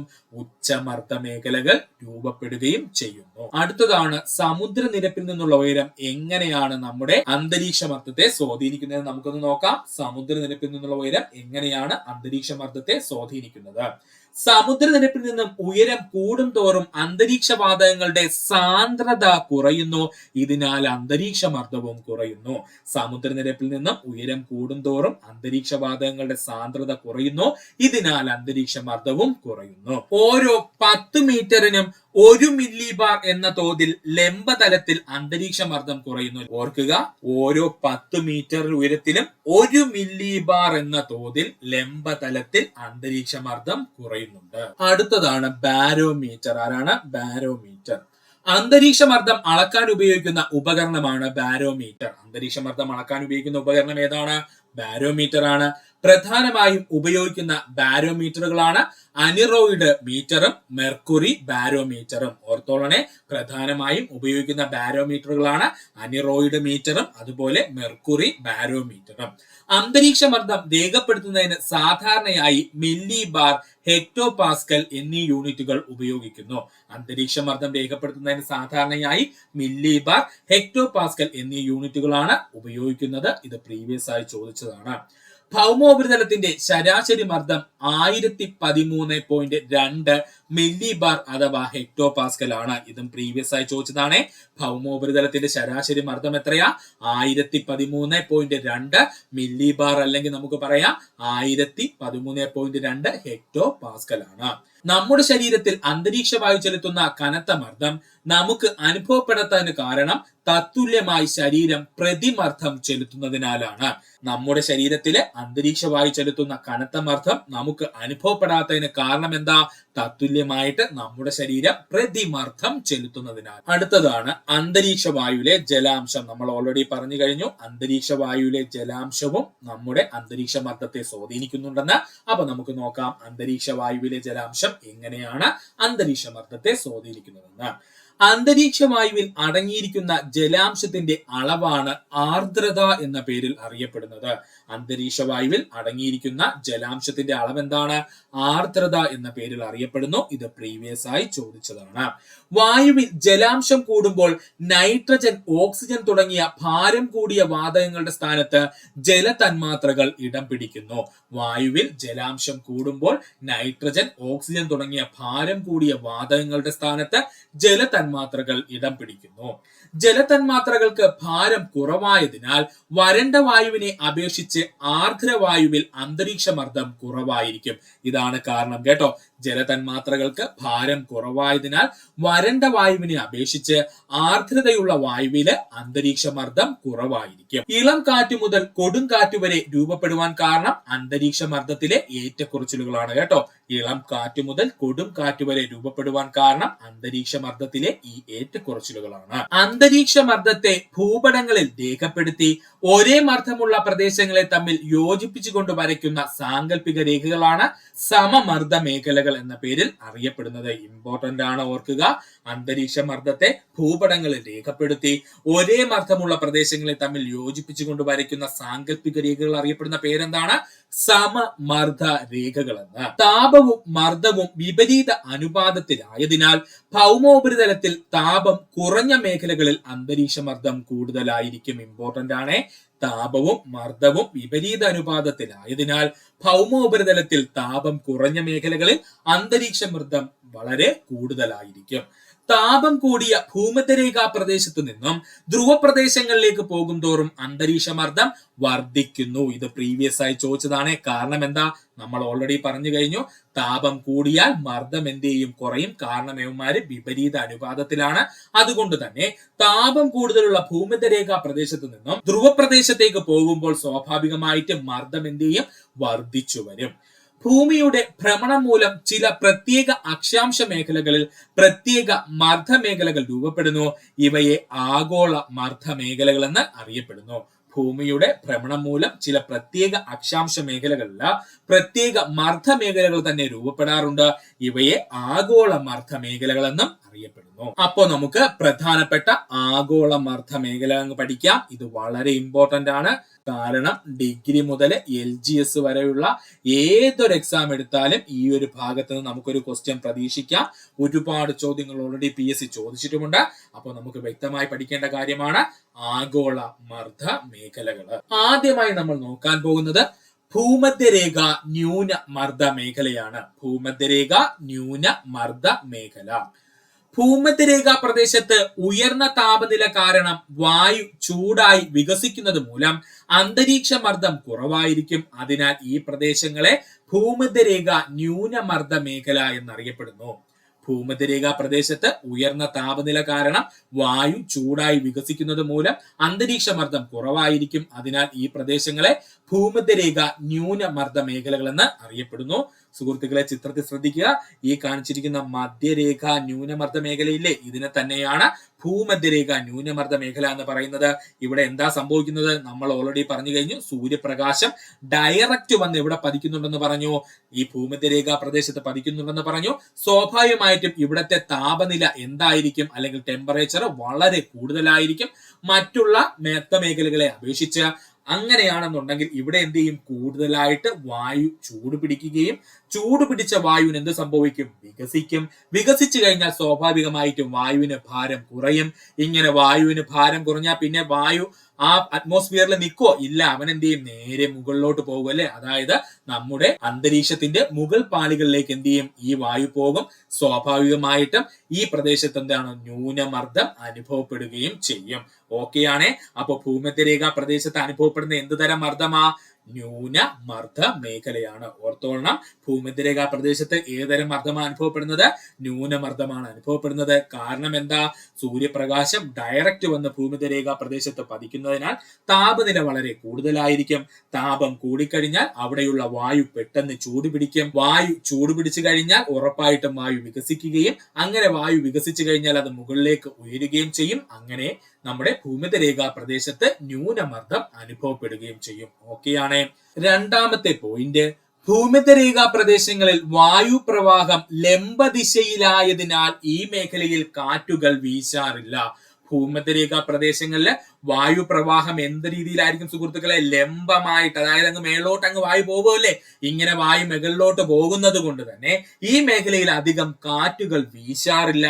ഇങ്ങനെ കാറ്റില്ലാത്ത മേഖലയായതിനാൽ ഇവനെ നമ്മൾ ഒരു പേര് വിളിക്കും, നിർവാത മേഖല അഥവാ ഡോൾഡ്രം എന്ന്. ഓർത്തോളണം, ഭൂമധ്യരേഖയോട് ചേർന്ന് കിടക്കുന്ന, അതായത് എക്സാക്ട് പറഞ്ഞു കഴിഞ്ഞാൽ ഭൂമധ്യരേഖയ്ക്ക് 5 ഡിഗ്രി മുകളിലും 5 ഡിഗ്രി താഴെയുമാണ് കേട്ടോ ഈ ഡോൾഡ്രം പോയിന്റ് അഥവാ നിർവാത മേഖല എന്ന് പറയുന്നത്. ഇവിടെ സ്വാഭാവികമായിട്ടും കാറ്റുകൾ വീശാറില്ല. ചലനം എന്ന് പറയുന്നത് ലംബദിശയിലാണ്, അല്ലെങ്കിൽ കാറ്റ് എന്ന് പറയുന്നത് ലംബദിശയിലാണ് വീശുന്നത്. കാരണം എന്താ? ഇവിടുത്തെ വായു പ്രവാഹം എന്ന് പറയുന്നത് ലംബദിശയിലാണ്. അതുകൊണ്ട് തന്നെ ഇവിടെ കാറ്റുകൾ വീശാറില്ല. ഈ കാറ്റുകൾ വീശാത്ത പ്രദേശം അല്ലെങ്കിൽ മേഖല അറിയപ്പെടുന്ന പേരാണ് നിർവാത മേഖല അഥവാ ഡോൾഡ്രം പോയിന്റ്. ഇവിടെ നിന്ന് PSC ചോദിച്ചത് ഭൂമധ്യരേഖയുടെ ഭാഗമായിട്ട് കാറ്റുകൾ വീശാത്ത അല്ലെങ്കിൽ കാറ്റുകൾ ഇല്ലാത്ത മേഖല അറിയപ്പെടുന്ന പേരെന്തെന്നാണ്? ഉത്തരം എന്താ? നിർവാത മേഖല അഥവാ ഡോൾഡ്രം പോയിന്റ് ആണ്. തണുപ്പ് കൂടിയ ധ്രുവപ്രദേശ മേഖലകളിൽ വായു തണുത്തുറഞ്ഞ് സങ്കോചിച്ച് താഴ്ന്നിറങ്ങുന്നു. അതിനാൽ ധ്രുവപ്രദേശങ്ങളിൽ അന്തരീക്ഷ മർദ്ദം കൂടുതലായിരിക്കും. ഈ മേഖലയെ ധ്രുവീയ ഉച്ചമർദ്ദ മേഖല എന്ന് പറയുന്നു. സുഹൃത്തുക്കളെ, ചിത്രത്തിലേക്ക് ശ്രദ്ധിക്കുക. ധ്രുവപ്രദേശങ്ങൾ എപ്പോഴും എവിടെയായിരിക്കും? ഒന്ന് മുകളിലും മറ്റൊന്ന് എവിടെയായിരിക്കും? താഴെയുമായിരിക്കും അല്ലെ. ഇനി നമ്മൾ ഓൾറെഡി പറഞ്ഞ പോയിന്റ് എന്തായിരുന്നു? സൂര്യപ്രകാശം ലംബമായിട്ട് ഭൂമധ്യരേഖാ പ്രദേശത്ത് പതിക്കും. എന്നാൽ ധ്രുവ പ്രദേശങ്ങളിലേക്ക് എത്തണമെങ്കിൽ സൂര്യപ്രകാശം എന്ത് ചെയ്യണം? ചരിഞ്ഞു സഞ്ചരിക്കേണ്ടി വരുമെന്ന് നമ്മൾ പറഞ്ഞിരുന്നു. ഇങ്ങനെ ചരിഞ്ഞു സഞ്ചരിക്കുന്നത് കൊണ്ട് തന്നെ സൂര്യപ്രകാശം വേണ്ട തോതിൽ എവിടെ ചെന്ന് വീഴത്തില്ല? ധ്രുവപ്രദേശത്ത് വീഴത്തില്ല. അതുകൊണ്ട് തന്നെ ധ്രുവപ്രദേശം എപ്പോഴും തണുപ്പായിരിക്കും. ഈ പോയിന്റ് ഓക്കെയാണ്. ഒന്നുകൂടെ ആവർത്തിച്ച് പറയാം, ശ്രദ്ധിച്ചോളണേ. ഭൂമധ്യരേഖാ പ്രദേശത്താണെങ്കിൽ സൂര്യപ്രകാശം ലംബമായിട്ട്, അതായത് നേരെ വന്നങ്ങ് വീണു കൊടുക്കും. എന്നാല് നമ്മുടെ ധ്രുവപ്രദേശങ്ങളില് സൂര്യപ്രകാശം എത്തണമെങ്കിൽ സൂര്യപ്രകാശ രശ്മികൾ ചരിഞ്ഞ് സഞ്ചരിക്കണം. ഇങ്ങനെ ചരിഞ്ഞ് സഞ്ചരിക്കുന്നത് കൊണ്ട് തന്നെ ഈ ധ്രുവപ്രദേശങ്ങളിൽ അധികം സൂര്യപ്രകാശം എത്താറില്ല. അതുകൊണ്ട് ധ്രുവപ്രദേശങ്ങളിൽ എപ്പോഴും താപനില എന്തായിരിക്കും? കുറവായിരിക്കും, അല്ലെങ്കിൽ തണുത്തായിരിക്കും ധ്രുവപ്രദേശങ്ങൾ കിടക്കുന്നത്. ഇനി രണ്ടാമത്തെ പോയിന്റ് എന്താ പറഞ്ഞിരിക്കുന്നത്? ധ്രുവപ്രദേശങ്ങൾ തണുത്ത് കിടക്കുകയാണെന്നുണ്ടെങ്കിൽ ഉറപ്പായിട്ടും ധ്രുവപ്രദേശത്തിന് മുകളിൽ വരുന്ന വായുവിനും എന്ത് സംഭവിക്കും സുഹൃത്തുക്കളെ? വായുവും തണുക്കൂലേ? വായു തണുത്തു കഴിഞ്ഞാൽ നമുക്കറിയാം വായു സങ്കോചിക്കും. വായു സങ്കോചിച്ചു കഴിഞ്ഞാൽ വായുവിന് ഭാരം കൂടും. വായുവിന് ഭാരം കൂടിയ വായു എന്ത് ചെയ്യും? താഴേക്ക് വരികയും ചെയ്യും അല്ലെ. ഇങ്ങനെ വായു വളരെ ഭാരത്തോടു കൂടി താഴേക്ക് വന്നു കഴിഞ്ഞാൽ സ്വാഭാവികമായും അവിടത്തെ മർദ്ദം എന്ത് ചെയ്യും? കൂടും. അതുകൊണ്ടാണ് ധ്രുവപ്രദേശങ്ങളിലെ ഉച്ചമർദ്ദ മേഖലകൾ രൂപപ്പെടാൻ കാരണം. ഒന്നുകൂടെ ക്ലിയർ ആക്കി തരാം. ധ്രുവപ്രദേശങ്ങളിൽ തണുപ്പ് കൂടുതലാണ്. തണുപ്പ് കൂടുതലാണെങ്കിൽ ഉറപ്പായിട്ടും ധ്രുവപ്രദേശങ്ങളുടെ ഭാഗമായി വരുന്ന വായു എന്ത് ചെയ്യും? നല്ല തണുത്ത് ചുരുങ്ങി ഇരിക്കും, അല്ലെങ്കിൽ നമുക്ക് പറയാം സങ്കോചിച്ചിരിക്കും. ഇങ്ങനെ വായു സങ്കോചിച്ചു കഴിഞ്ഞാൽ വായുവിന്റെ ഭാരം കൂടും. വായുവിന്റെ ഭാരം കൂടിക്കഴിഞ്ഞാൽ സ്വാഭാവികമായിട്ടും വായു താഴേക്ക് സഞ്ചരിക്കും. ഇങ്ങനെ വായു താഴേക്ക് വന്നു കഴിഞ്ഞാൽ സ്വാഭാവികമായിട്ടും ആ പ്രദേശത്തിന്റെ മർദ്ദം വർദ്ധിക്കും. അതുകൊണ്ടാണ് ധ്രുവീയ മേഖലകൾ ഉച്ചമർദ്ദ മേഖലകളായിട്ട് മാറിയത് കേട്ടോ.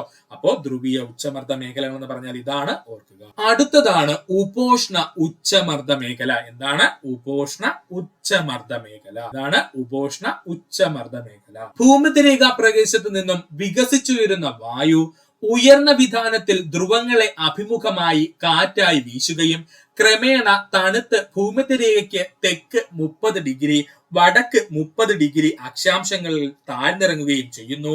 ഈ മർദ്ദ മേഖലയെ ഉപോഷ്ണ ഉച്ചമർദ്ദ മേഖല എന്നറിയപ്പെടും. കൂടി പറയാം. ഭൂമധ്യരേഖാ പ്രദേശത്ത് നിന്നും വികസിച്ചുയരുന്ന വായു ഉയർന്ന വിധാനത്തിൽ ധ്രുവങ്ങളിലെ അഭിമുഖമായി കാറ്റായി വീശുകയും ക്രമേണ തണുത്ത് ഭൂമധ്യരേഖയുടെ തെക്ക് 30 ഡിഗ്രി വടക്ക് 30 ഡിഗ്രി അക്ഷാംശ മേഖലയിലേക്ക് താഴ്ന്നിറങ്ങുകയും ചെയ്യുന്നു. ഈ മർദ്ദമേഖലയെ ഉപോഷ്ണ ഉച്ചമർദ്ദ മേഖല എന്ന് അറിയപ്പെടുന്നു. നമ്മൾ ഓൾറെഡി പറഞ്ഞു സുഹൃത്തുക്കളെ, ഭൂമധ്യരേഖാ പ്രദേശത്ത് നമ്മുടെ പ്രകാശരശ്മി എന്ന് പറയുന്നത് അല്ലെങ്കിൽ സൂര്യപ്രകാശം എന്ന് പറയുന്നത് ലംബമായിട്ടാണ് പതിക്കുന്നതെന്ന് പറഞ്ഞു. അങ്ങനെ സൂര്യപ്രകാശം ലംബമായിട്ട് പതിച്ചു കഴിഞ്ഞാൽ സ്വാഭാവികമായിട്ടും താപനില വളരെ കൂടുതലായിരിക്കും. താപനില കൂടിക്കഴിഞ്ഞാൽ അവിടുത്തെ വായു വികസിക്കും. വായു വികസിച്ചു കഴിഞ്ഞാൽ വായുവിന് ഭാരം കുറയും. ഭാരം കുറഞ്ഞു കഴിഞ്ഞാൽ വായു മുകളിലോട്ട് പോകും. ഇത് എത്രയും സെറ്റാണ്. ഇനി നടക്കുന്ന സംഭവമാണ് നമ്മൾ പറയാൻ പോകുന്നത്. അതറിയണമെങ്കിൽ നേരത്തെ നമ്മൾ പഠിച്ചൊരു പോയിന്റ് ഓർക്കണം. ഉയരം കൂടും തോറും താപം എന്ത് ചെയ്യും? കുറയും. ഉയരം കൂടും തോറും താപം എന്ത് ചെയ്യും?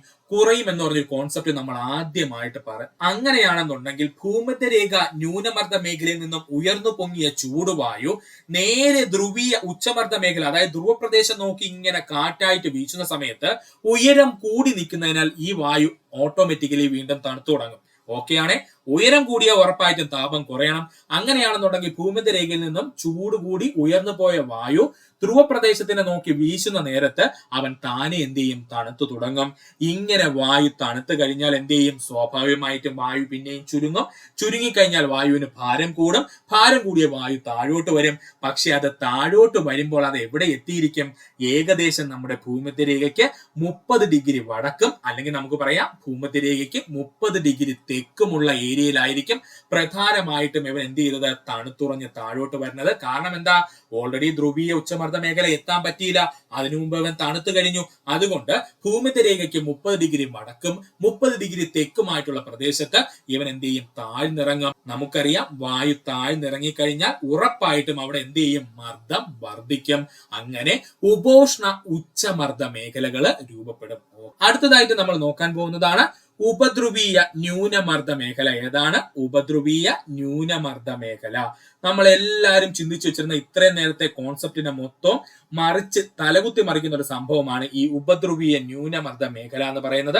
അതെന്താണെന്നുള്ളതും നിങ്ങളുടെ ഡൗട്ട് എന്താണെന്നുള്ളതും നമുക്കിവിടെ ക്ലിയർ ചെയ്യാം. അപ്പൊ ഉപധ്രുവീയ ന്യൂനമർദ്ദ മേഖല 60 ഡിഗ്രി തെക്കും 60 ഡിഗ്രി വടക്കും അക്ഷാംശ മേഖലകളിൽ ഭൂമിയുടെ ഭ്രമണം മൂലം വായു വൻതോതിൽ ഉയരങ്ങളിലേക്ക് ഉയർത്തപ്പെടുന്നു. അതിനാൽ ഈ പ്രദേശങ്ങളിൽ മർദ്ദം വളരെ കുറവായിരിക്കും. ഈ മേഖലയെ ഉപധ്രുവീയ ന്യൂനമർദ്ദ മേഖല എന്നറിയപ്പെടുന്നു. 60 ഡിഗ്രി തെക്കും 60 ഡിഗ്രി വടക്കും അക്ഷാംശ മേഖലകളിൽ ഭൂമിയുടെ ഭ്രമണം മൂലം വായു വൻതോതിൽ ഉയരങ്ങളിലേക്ക് ഉയർത്തപ്പെടുന്നു. അതിനാൽ ഈ പ്രദേശങ്ങളിൽ മർദ്ദം വളരെ കുറവായിരിക്കും. ഈ മേഖലയെ ഉപധ്രുവീയ ന്യൂനമർദ്ദ മേഖല എന്ന് അറിയപ്പെടുന്നു. ഇനി സുഹൃത്തുക്കൾ ചിത്രത്തിലേക്ക് ശ്രദ്ധിക്കുക. ഡൗട്ട് നമുക്ക് ക്ലിയർ ചെയ്യാം. ഇവിടെ നമുക്ക് വരുന്ന പ്രധാനപ്പെട്ട ഡൗട്ട് എന്ന് ചോദിച്ചാല്, ധ്രുവത്തിനോട് ചേർന്ന് കിടക്കുന്ന മേഖലയല്ലേ ഉപധ്രുവീയ മേഖല എന്ന് പറയുന്നത്? അതുകൊണ്ട് തന്നെ ഈ ഉപധ്രുവീയ മേഖലയിലും തണുപ്പ് കാണില്ലേ? തണുപ്പാണെങ്കിൽ നേരത്തെ നമ്മൾ പറഞ്ഞതുപോലെ വായു ചുരുങ്ങും, വായുവിന് ഭാരം കൂടും, ഭാരം കൂടിയ വായു താഴേക്ക് വരും. അങ്ങനെയാണെങ്കിൽ അവിടെ ഉച്ചമർദ്ദമല്ലേ ഉണ്ടാകുന്നതെന്ന് സ്വാഭാവികമായിട്ട് നമ്മൾ ചിന്തിക്കും. എന്നാൽ അവിടെയാണ് ഇവിടെ പ്രധാന പ്രശ്നം വരുന്നത്.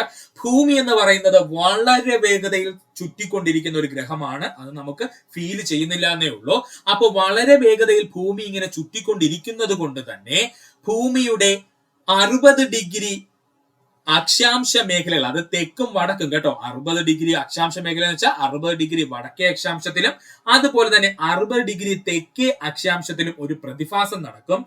ഇവിടെയുള്ള വായു എന്ത് ചെയ്യുമെന്ന് ചോദിച്ചാല് ശക്തമായിട്ടൊരു വാക്യൂം പോലെ മുകളിലേക്ക് എന്ത് ചെയ്യും? ഉയർത്തപ്പെടും. കാരണം എന്താ? ഈ ഭൂമിയുടെ വളരെ വേഗത്തിലുള്ള ഭ്രമണം കാരണം ഇങ്ങനെ വായു മുകളിലേക്ക് പെട്ടെന്ന് ഉയരുന്നത് കൊണ്ട് തന്നെ ആ മേഖലയിൽ വായുവിന്റെ അളവ് കുറയുകയും ന്യൂനമർദ്ദം അനുഭവപ്പെടുകയും ചെയ്യും കേട്ടോ. അല്ലാതെ ഇവിടെ നമ്മൾ ടെമ്പറേച്ചർ വെച്ചിട്ട് കാൽക്കുലേറ്റ് ചെയ്ത് കഴിഞ്ഞാൽ ഐഡിയ പോകൂല കേട്ടോ. ഈ ഉപധ്രുവീയ ന്യൂനമർദ്ദ മേഖലയിൽ മാത്രം നടക്കുന്ന ഒരു പ്രതിഭാസമാണിത്.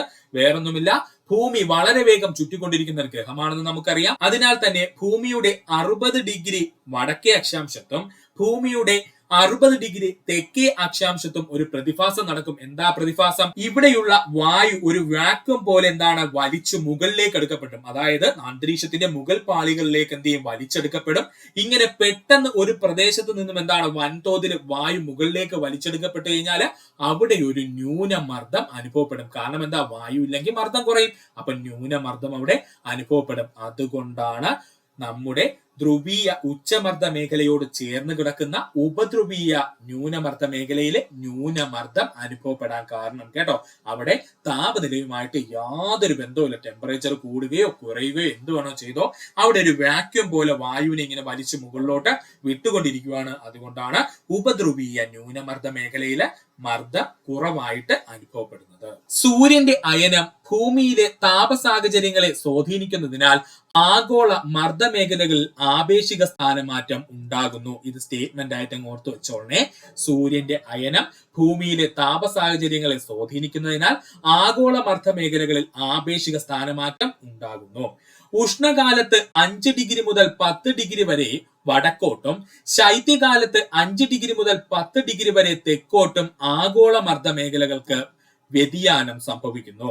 ഉഷ്ണകാലത്ത് 5 ഡിഗ്രി മുതൽ 10 ഡിഗ്രി വരെ വടക്കോട്ടും ശൈത്യകാലത്ത് 5 ഡിഗ്രി മുതൽ 10 ഡിഗ്രി വരെ തെക്കോട്ടും ആഗോള മർദ്ദ മേഖലകൾക്ക് വ്യതിയാനം സംഭവിക്കുന്നു. മർദ്ദ മേഖലകൾക്കുണ്ടാകുന്ന ഈ വ്യതിയാനം ആഗോള കാലാവസ്ഥയെ നിർണായകമായി സ്വാധീനിക്കുകയും ചെയ്യുന്നു. മർദ്ദ മേഖലകളിൽ ഉണ്ടാകുന്ന ഈ വ്യതിയാനം ആഗോള കാലാവസ്ഥയെ നിർണായകമായി സ്വാധീനിക്കുകയും ചെയ്യുന്നു. ലംബതലത്തിൽ ഉണ്ടാകുന്ന വായുവിന്റെ ചലനം അറിയപ്പെടുന്നത് വായു പ്രവാഹങ്ങൾ എന്നാണ്. ലംബതലത്തിലുള്ള വായുവിന്റെ ചലനം അറിയപ്പെടുന്ന പേരെന്താണ്? വായു പ്രവാഹങ്ങൾ എന്ന്. തിരശ്ചീന ദിശയിൽ ഉച്ചമർദ്ദ പ്രദേശങ്ങളിൽ നിന്നും ന്യൂനമർദ്ദ പ്രദേശങ്ങളിലേക്ക് വായുവിന്റെ ചലനത്തെ കാറ്റ് എന്നറിയപ്പെടുന്നു. തിരശ്ചീന ദിശയിലെ ഉച്ചമർദ്ദ മേഖല, അതായത് മർദ്ദം കൂടിയ പ്രദേശത്ത് നിന്നും ന്യൂനമർദ്ദ മേഖല അഥവാ മർദ്ദം കുറഞ്ഞ പ്രദേശത്തേക്കുള്ള വായുവിന്റെ ചലനത്തെ എന്ത് പേരിലാണ് അറിയപ്പെടുന്നത്? കാറ്റെന്നും അറിയപ്പെടുന്നു. ഇത് പ്രീവിയസ് ആയി ചോദിച്ചതാണ്, അതുകൊണ്ട് ഒന്നുകൂടെ പറഞ്ഞു തരാം. ലംബതലത്തിൽ ഉണ്ടാകുന്ന വായുവിന്റെ ചലനം എന്ത് പേരിലാണ് അറിയപ്പെടുന്ന സുഹൃത്തുക്കളെ? വായു പ്രവാഹങ്ങൾ എന്ന്. എന്നാൽ തിരശ്ചീന ദിശയിൽ ഉച്ചമർദ്ദ മേഖലയിൽ നിന്ന്, അതായത് മർദ്ദം കൂടിയ മേഖലയിൽ നിന്ന് ന്യൂനമർദ്ദ മേഖലയിലേക്ക്, മർദ്ദം കുറഞ്ഞ മേഖലയിലേക്ക് വായുവിന്റെ ചലനത്തെ നമ്മൾ എന്തെന്ന് പറയുന്നു? കാറ്റെന്നും പറയുന്നു. അടുത്തതാണ് നമുക്ക് എല്ലാവർക്കും അറിയാവുന്ന കോറിയോലിസ് ബലം. എന്താണ് കോറിയോലിസ് ബലം? ഉത്തരാർദ്ധഗോളത്തിൽ കാറ്റുകൾ സഞ്ചാര ദിശയുടെ വലത്തോട്ടും ദക്ഷിണാർദ്ധഗോളത്തിൽ കാറ്റുകൾ സഞ്ചാര ദിശയ്ക്ക് ഇടത്തോട്ടും വ്യതിചലിക്കുന്ന പ്രതിഭാസം അറിയപ്പെടുന്ന പേരാണ് കോറിയോലിസ് പ്രഭാവം. ഓർത്തോളണേ, ഉത്തരാർദ്ധഗോളത്തിൽ കാറ്റുകൾ സഞ്ചാര ദിശയുടെ വലത്തോട്ടും ദക്ഷിണാർദ്ധഗോളത്തിൽ കാറ്റുകൾ സഞ്ചാര ദിശയ്ക്ക് ഇടത്തോട്ടും വ്യതിചലിക്കുന്ന പ്രതിഭാസം അറിയപ്പെടുന്ന പേരാണ് എന്ത്? കോറിയോലിസ് പ്രഭാവം എന്ന്. അപ്പോൾ ചിത്രത്തിൽ നോക്കിയേ, ഇതിനെയാണ് കോറിയോലിസ് പ്രഭാവം എന്ന് പറയുന്നത്. സത്യത്തില് 30 ഡിഗ്രിയിൽ നിന്നും നേരെ നമുക്ക് 60 ഡിഗ്രിയിലേക്ക് പോയാൽ മതി. എന്നാൽ കോറിയോലിസ് പ്രഭാവം കാരണം 30 ഡിഗ്രിയിൽ നിന്നും 60 ഡിഗ്രിയിലോട്ട് നേരെ പോകാനുള്ള കാറ്റ് എന്ത് ചെയ്യും? ഒന്ന് വളഞ്ഞായിരിക്കും എന്ത് ചെയ്യുന്നത്? സഞ്ചരിക്കുന്നത്. അതുപോലെ തന്നെ തിരിച്ച് 30 ഡിഗ്രിയിൽ നിന്നും നമ്മുടെ ഭൂമധ്യരേഖാ പ്രദേശത്ത് ഒരു കാറ്റ് നേർരേഖയിൽ വീശി വരുവാണെന്ന് കരുതുക. എന്നാൽ അവൻ നേർരേഖയിൽ അങ്ങ് വീശി പോകുമോ? ഇല്ല. കാരണം എന്താ? അവൻ ഇടത്തോട്ട് എന്ത് ചെയ്യും? ഒന്ന് ചരിയും. അല്ലെങ്കിൽ ഈ വെസ്റ്റേൺ ഏരിയയിലോട്ട് എന്ത് ചെയ്യും? ഒന്ന് ചരിയും. അതിനുള്ള കാരണം എന്താ? കോറിയോലിസ് പ്രഭാവമാണ്. ഇത് കണക്ക് തന്നെയാണ് ദക്ഷിണാർദ്ധഗോളത്തിലും നടക്കുന്നത്. ദക്ഷിണാർദ്ധഗോളത്തിലും ഇതുപോലെ എന്താണ്? നേരെ സഞ്ചരിച്ചു വരുന്ന കാറ്റ് ഇടത്തോട്ടും വലത്തോട്ടുമായിട്ട് എന്ത് ചെയ്യും? തിരിയും. ഇതിനെ നമ്മൾ വിളിക്കുന്ന പേരാണ് കോറിയോലിസ് പ്രഭാവം എന്ന്. കാറ്റിന്റെ വേഗതയെയും ശക്തിയെയും സ്വാധീനിക്കുന്ന ഘടകങ്ങളാണ് മർദ്ദച്ചരിവ് ബലവും ഘർഷണ ബലവും. കാറ്റിന്റെ വേഗതയെയും ശക്തിയെയും സ്വാധീനിക്കുന്ന പ്രധാന ഘടകങ്ങൾ എന്നറിയപ്പെടുന്ന ആരൊക്കെയാ? മർദ്ദച്ചരിവ് ബലവും ഘർഷണ ബലവുമാണ്. മർദ്ദച്ചരിവ് ബലം: അടുത്തടുത്തുള്ള സ്ഥലങ്ങൾ തമ്മിൽ കാര്യമായ മർദ്ദ വ്യത്യാസമാണ് ഉള്ളത് എങ്കിൽ മർദ്ദച്ചെരിവ് കൂടുതലാണെന്നും തിരശ്ചീന തലത്തിൽ മർദ്ദത്തിൽ കാര്യമായ വ്യത്യാസമില്ലെങ്കിൽ മർദ്ദച്ചെരിവ് കുറവാണെന്നും കണക്കാക്കുന്നു. അതായത് അടുത്തടുത്തുള്ള സ്ഥലങ്ങൾ തമ്മിൽ കാര്യമായി മർദ്ദ വ്യത്യാസം ഉണ്ട് എങ്കിൽ നമ്മൾ പറയും മർദ്ദച്ചെരിവ് അവിടെ കൂടുതലാണെന്ന് പറയും. ഇനി തിരശ്ചീന തലത്തിൽ മർദ്ദത്തിൽ കാര്യമായൊരു വ്യത്യാസം ഇല്ലെങ്കിൽ നമ്മൾ മർദ്ദച്ചെരിവ് കുറവാണെന്നും പറയുന്നു. മർദ്ദച്ചെരിവ് കൂടിയ ഇടങ്ങളിൽ കാറ്റ് ശക്തമായിരിക്കും. ഈ സ്റ്റേറ്റ്മെന്റ് ആണ് നമ്മൾ പഠിക്കാനുള്ളത്. മർദ്ദച്ചെരിവ് കൂടിയ ഇടങ്ങളിൽ കാറ്റ് എങ്ങനെയായിരിക്കും? ശക്തമായിരിക്കും. അടുത്തതാണ് ഘർഷണ ബലം. ഇതിപ്പോ അങ്ങോട്ട് ചോദിച്ചതേ ഉള്ളേ. നമ്മുടെ ഫിസിക്സിലെ ഘർഷണ ബലമല്ല, ഇത് ജോഗ്രഫിയിലെ ഘർഷണ ബലമാണ്. ഓർത്തോളണേ. കാറ്റിന്റെ സുഗമ സഞ്ചാരത്തെ തടസ്സപ്പെടുത്തുന്ന കുന്നുകൾ, വനങ്ങൾ, മലനിരകൾ, മനുഷ്യനിർമ്മിതികൾ എന്നിവയെയാണ് പ്രധാനമായും ഘർഷണം എന്നതുകൊണ്ട് ഉദ്ദേശിക്കുന്നത്. ജോഗ്രഫിയിലെ ഘർഷണത്തിന്റെ വ്യത്യാസം കണ്ടോ? കാറ്റിന്റെ സുഗമമായ സഞ്ചാരത്തെ തടസ്സപ്പെടുത്തുന്ന കുന്നുകൾ, വനങ്ങൾ, മലനിരകൾ, മനുഷ്യനിർമ്മിതികൾ എന്നിവയാണ് പ്രധാനമായും ഘർഷണം എന്നതുകൊണ്ട് ഉദ്ദേശിക്കുന്നത്. വൻകരകളെ അപേക്ഷിച്ച് സമുദ്രോപരിതലത്തിൽ കാറ്റ് ശക്തമാകാൻ കാരണം കാറ്റിന്റെ പ്രതിരോധിക്കുന്ന ഘർഷണങ്ങൾ കുറവായതിനാലാണ്. ഇത് സ്റ്റേറ്റ്മെന്റ് ആയിട്ട് PSC ഓൾറെഡി ചോദിച്ചു കഴിഞ്ഞു, പഠിക്കണം. വൻകരകളെ അപേക്ഷിച്ച് സമുദ്രോപരിതലത്തിൽ കാറ്റ് ശക്തമാകാൻ കാരണം എന്താ? കാറ്റിനെ പ്രതിരോധിക്കുന്ന ഘർഷണങ്ങൾ കുറവായതിനാലാണ്.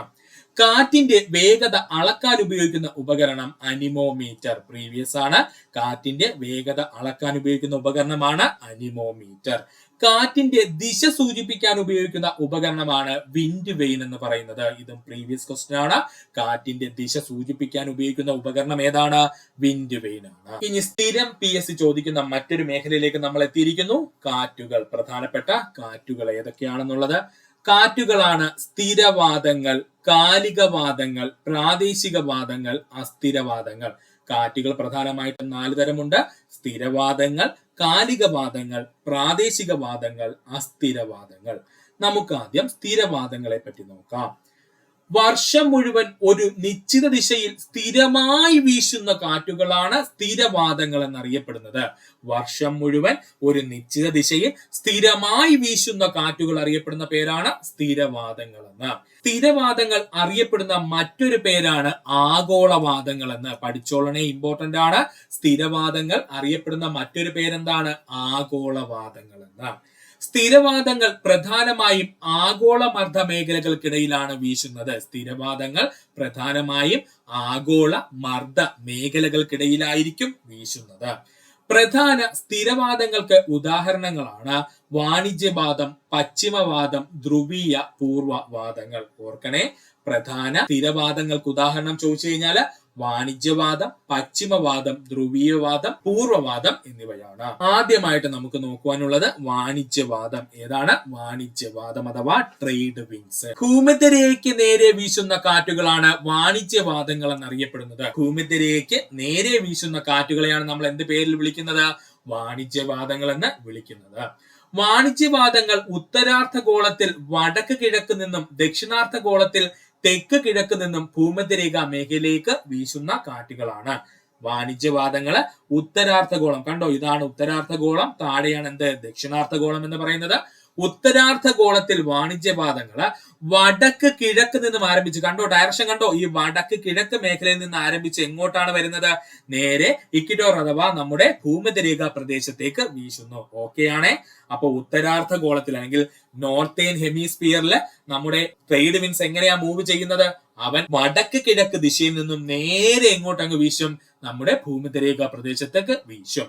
ഇനി നേരെ തിരിച്ച് ദക്ഷിണാർദ്ധഗോളത്തിൽ എങ്ങനെയാണെന്ന് ചോദിച്ചാല്, ദക്ഷിണാർദ്ധഗോളത്തില് തെക്ക് കിഴക്ക് നിന്നും കാറ്റ് ഉത്ഭവിച്ച് നേരെ ഭൂമധ്യരേഖ പ്രദേശത്തേക്ക് വീശും. കണ്ടോ, തെക്ക് കിഴക്ക് ഇവിടെയാണ് കേട്ടോ. നമ്മുടെ കിഴക്ക് എന്ന് പറയുന്നത് ഇവിടെ നമ്മുടെ പടിഞ്ഞാറാണ്. അപ്പോ തെക്ക് കിഴക്ക് നിന്ന് എന്ത് ചെയ്യും? കാറ്റ് രൂപപ്പെട്ടിട്ട് നേരെ ഭൂമധ്യരേഖ പ്രദേശത്തേക്ക് വീശും. ഏതിന്റെ കേസില്? ട്രേഡ് വിൻഡുകള് എവിടെയാണ്? നമ്മുടെ ദക്ഷിണാർദ്ധഗോളത്തില്. കൺഫ്യൂഷൻ ഒന്നും വേണ്ട, ഒന്നുകൂടി പറഞ്ഞു തരാൻ ശ്രദ്ധിക്കുക സുഹൃത്തുക്കളെ. 2 രീതിയിലാണ് നമ്മുടെ വാണിജ്യവാദം വീശുന്നത്. ഒന്ന് എവിടെ നിന്ന് വരും? ഉത്തരാർദ്ധഗോളത്തിലും വീശും, മറ്റൊന്ന് എവിടെയും വീശും? ദക്ഷിണാർദ്ധഗോളത്തിലും വീശും. ഉത്തരാർദ്ധഗോളത്തിൽ വീശുന്ന വാണിജ്യവാദത്തിന്റെ പ്രത്യേകത എന്താ? അവൻ വടക്ക് കിഴക്ക് നിന്ന് രൂപപ്പെട്ട് നേരെ എങ്ങോട്ട് വീശും? ഭൂമധ്യരേഖയിലോട്ട് വീശും.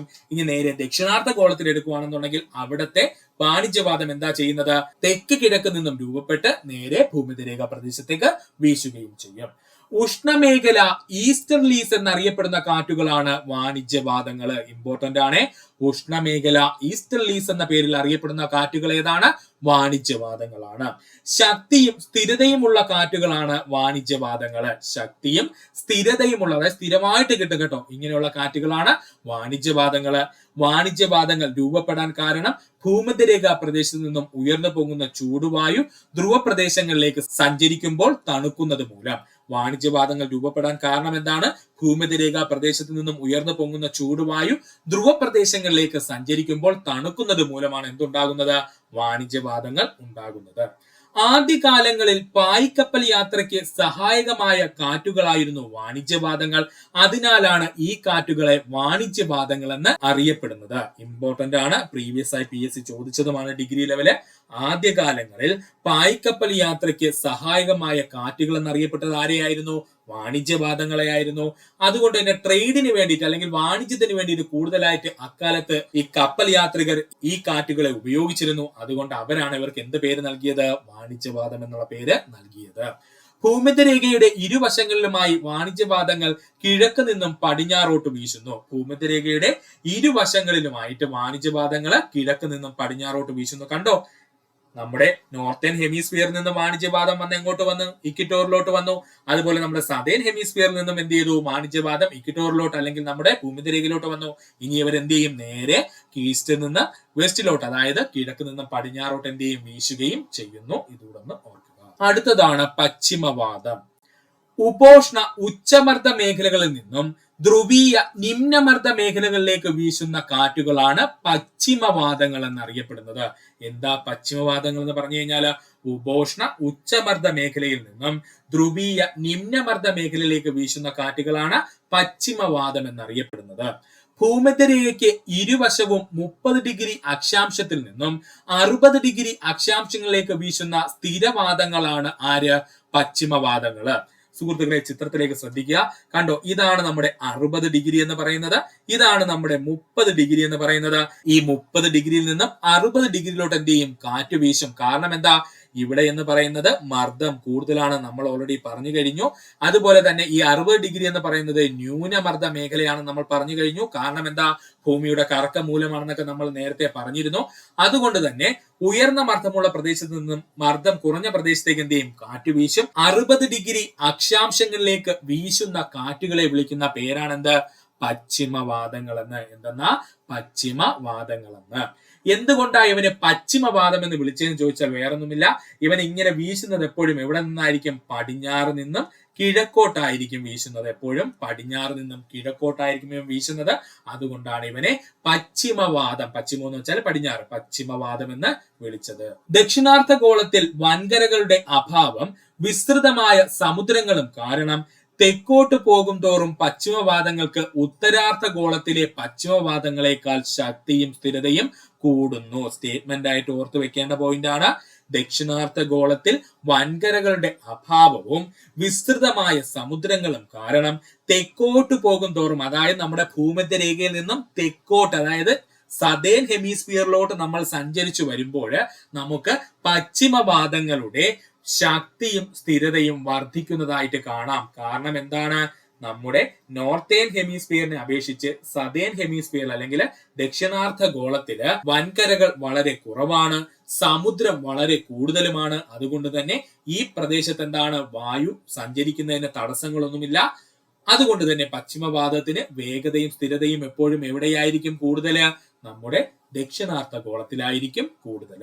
ദക്ഷിണാർദ്ധഗോളത്തിൽ വീശുന്ന പശ്ചിമവാദങ്ങളെ അലറുന്ന 40കൾ അഥവാ റോറിംഗ് 40s എന്നും കഠോരമായ 50കൾ അഥവാ ഫ്യൂരിയസ് 50s എന്നും അലമുറിയിടുന്ന 60കൾ അഥവാ സ്ക്രീമിംഗ് 60s എന്നും വിളിക്കാറുണ്ട്. ഓർത്തോളനെ, ഇമ്പോർട്ടന്റ് ആണ്. ദക്ഷിണാർദ്ധഗോളത്തിൽ വീശുന്ന പശ്ചിമവാദങ്ങളെ നമ്മൾ എന്തൊക്കെ പേരിലാണ് വിളിക്കുന്നത്, അലറുന്ന 40കൾ അഥവാ റോറിംഗ് 40s എന്നും കഠോരമായ 50കൾ അഥവാ ഫ്യൂരിയസ് 50s എന്നും അലമുറിയിടുന്ന 60കൾ അഥവാ സ്ക്രീമിംഗ് 60s എന്നുമാണ് വിളിക്കുന്നത്. ഇത് ഒരുപാട് തവണ PSC പ്രീവിയസ് ആയി ചോദിച്ചതാണ്, ഒന്നുകൂടി പറഞ്ഞു തരാം.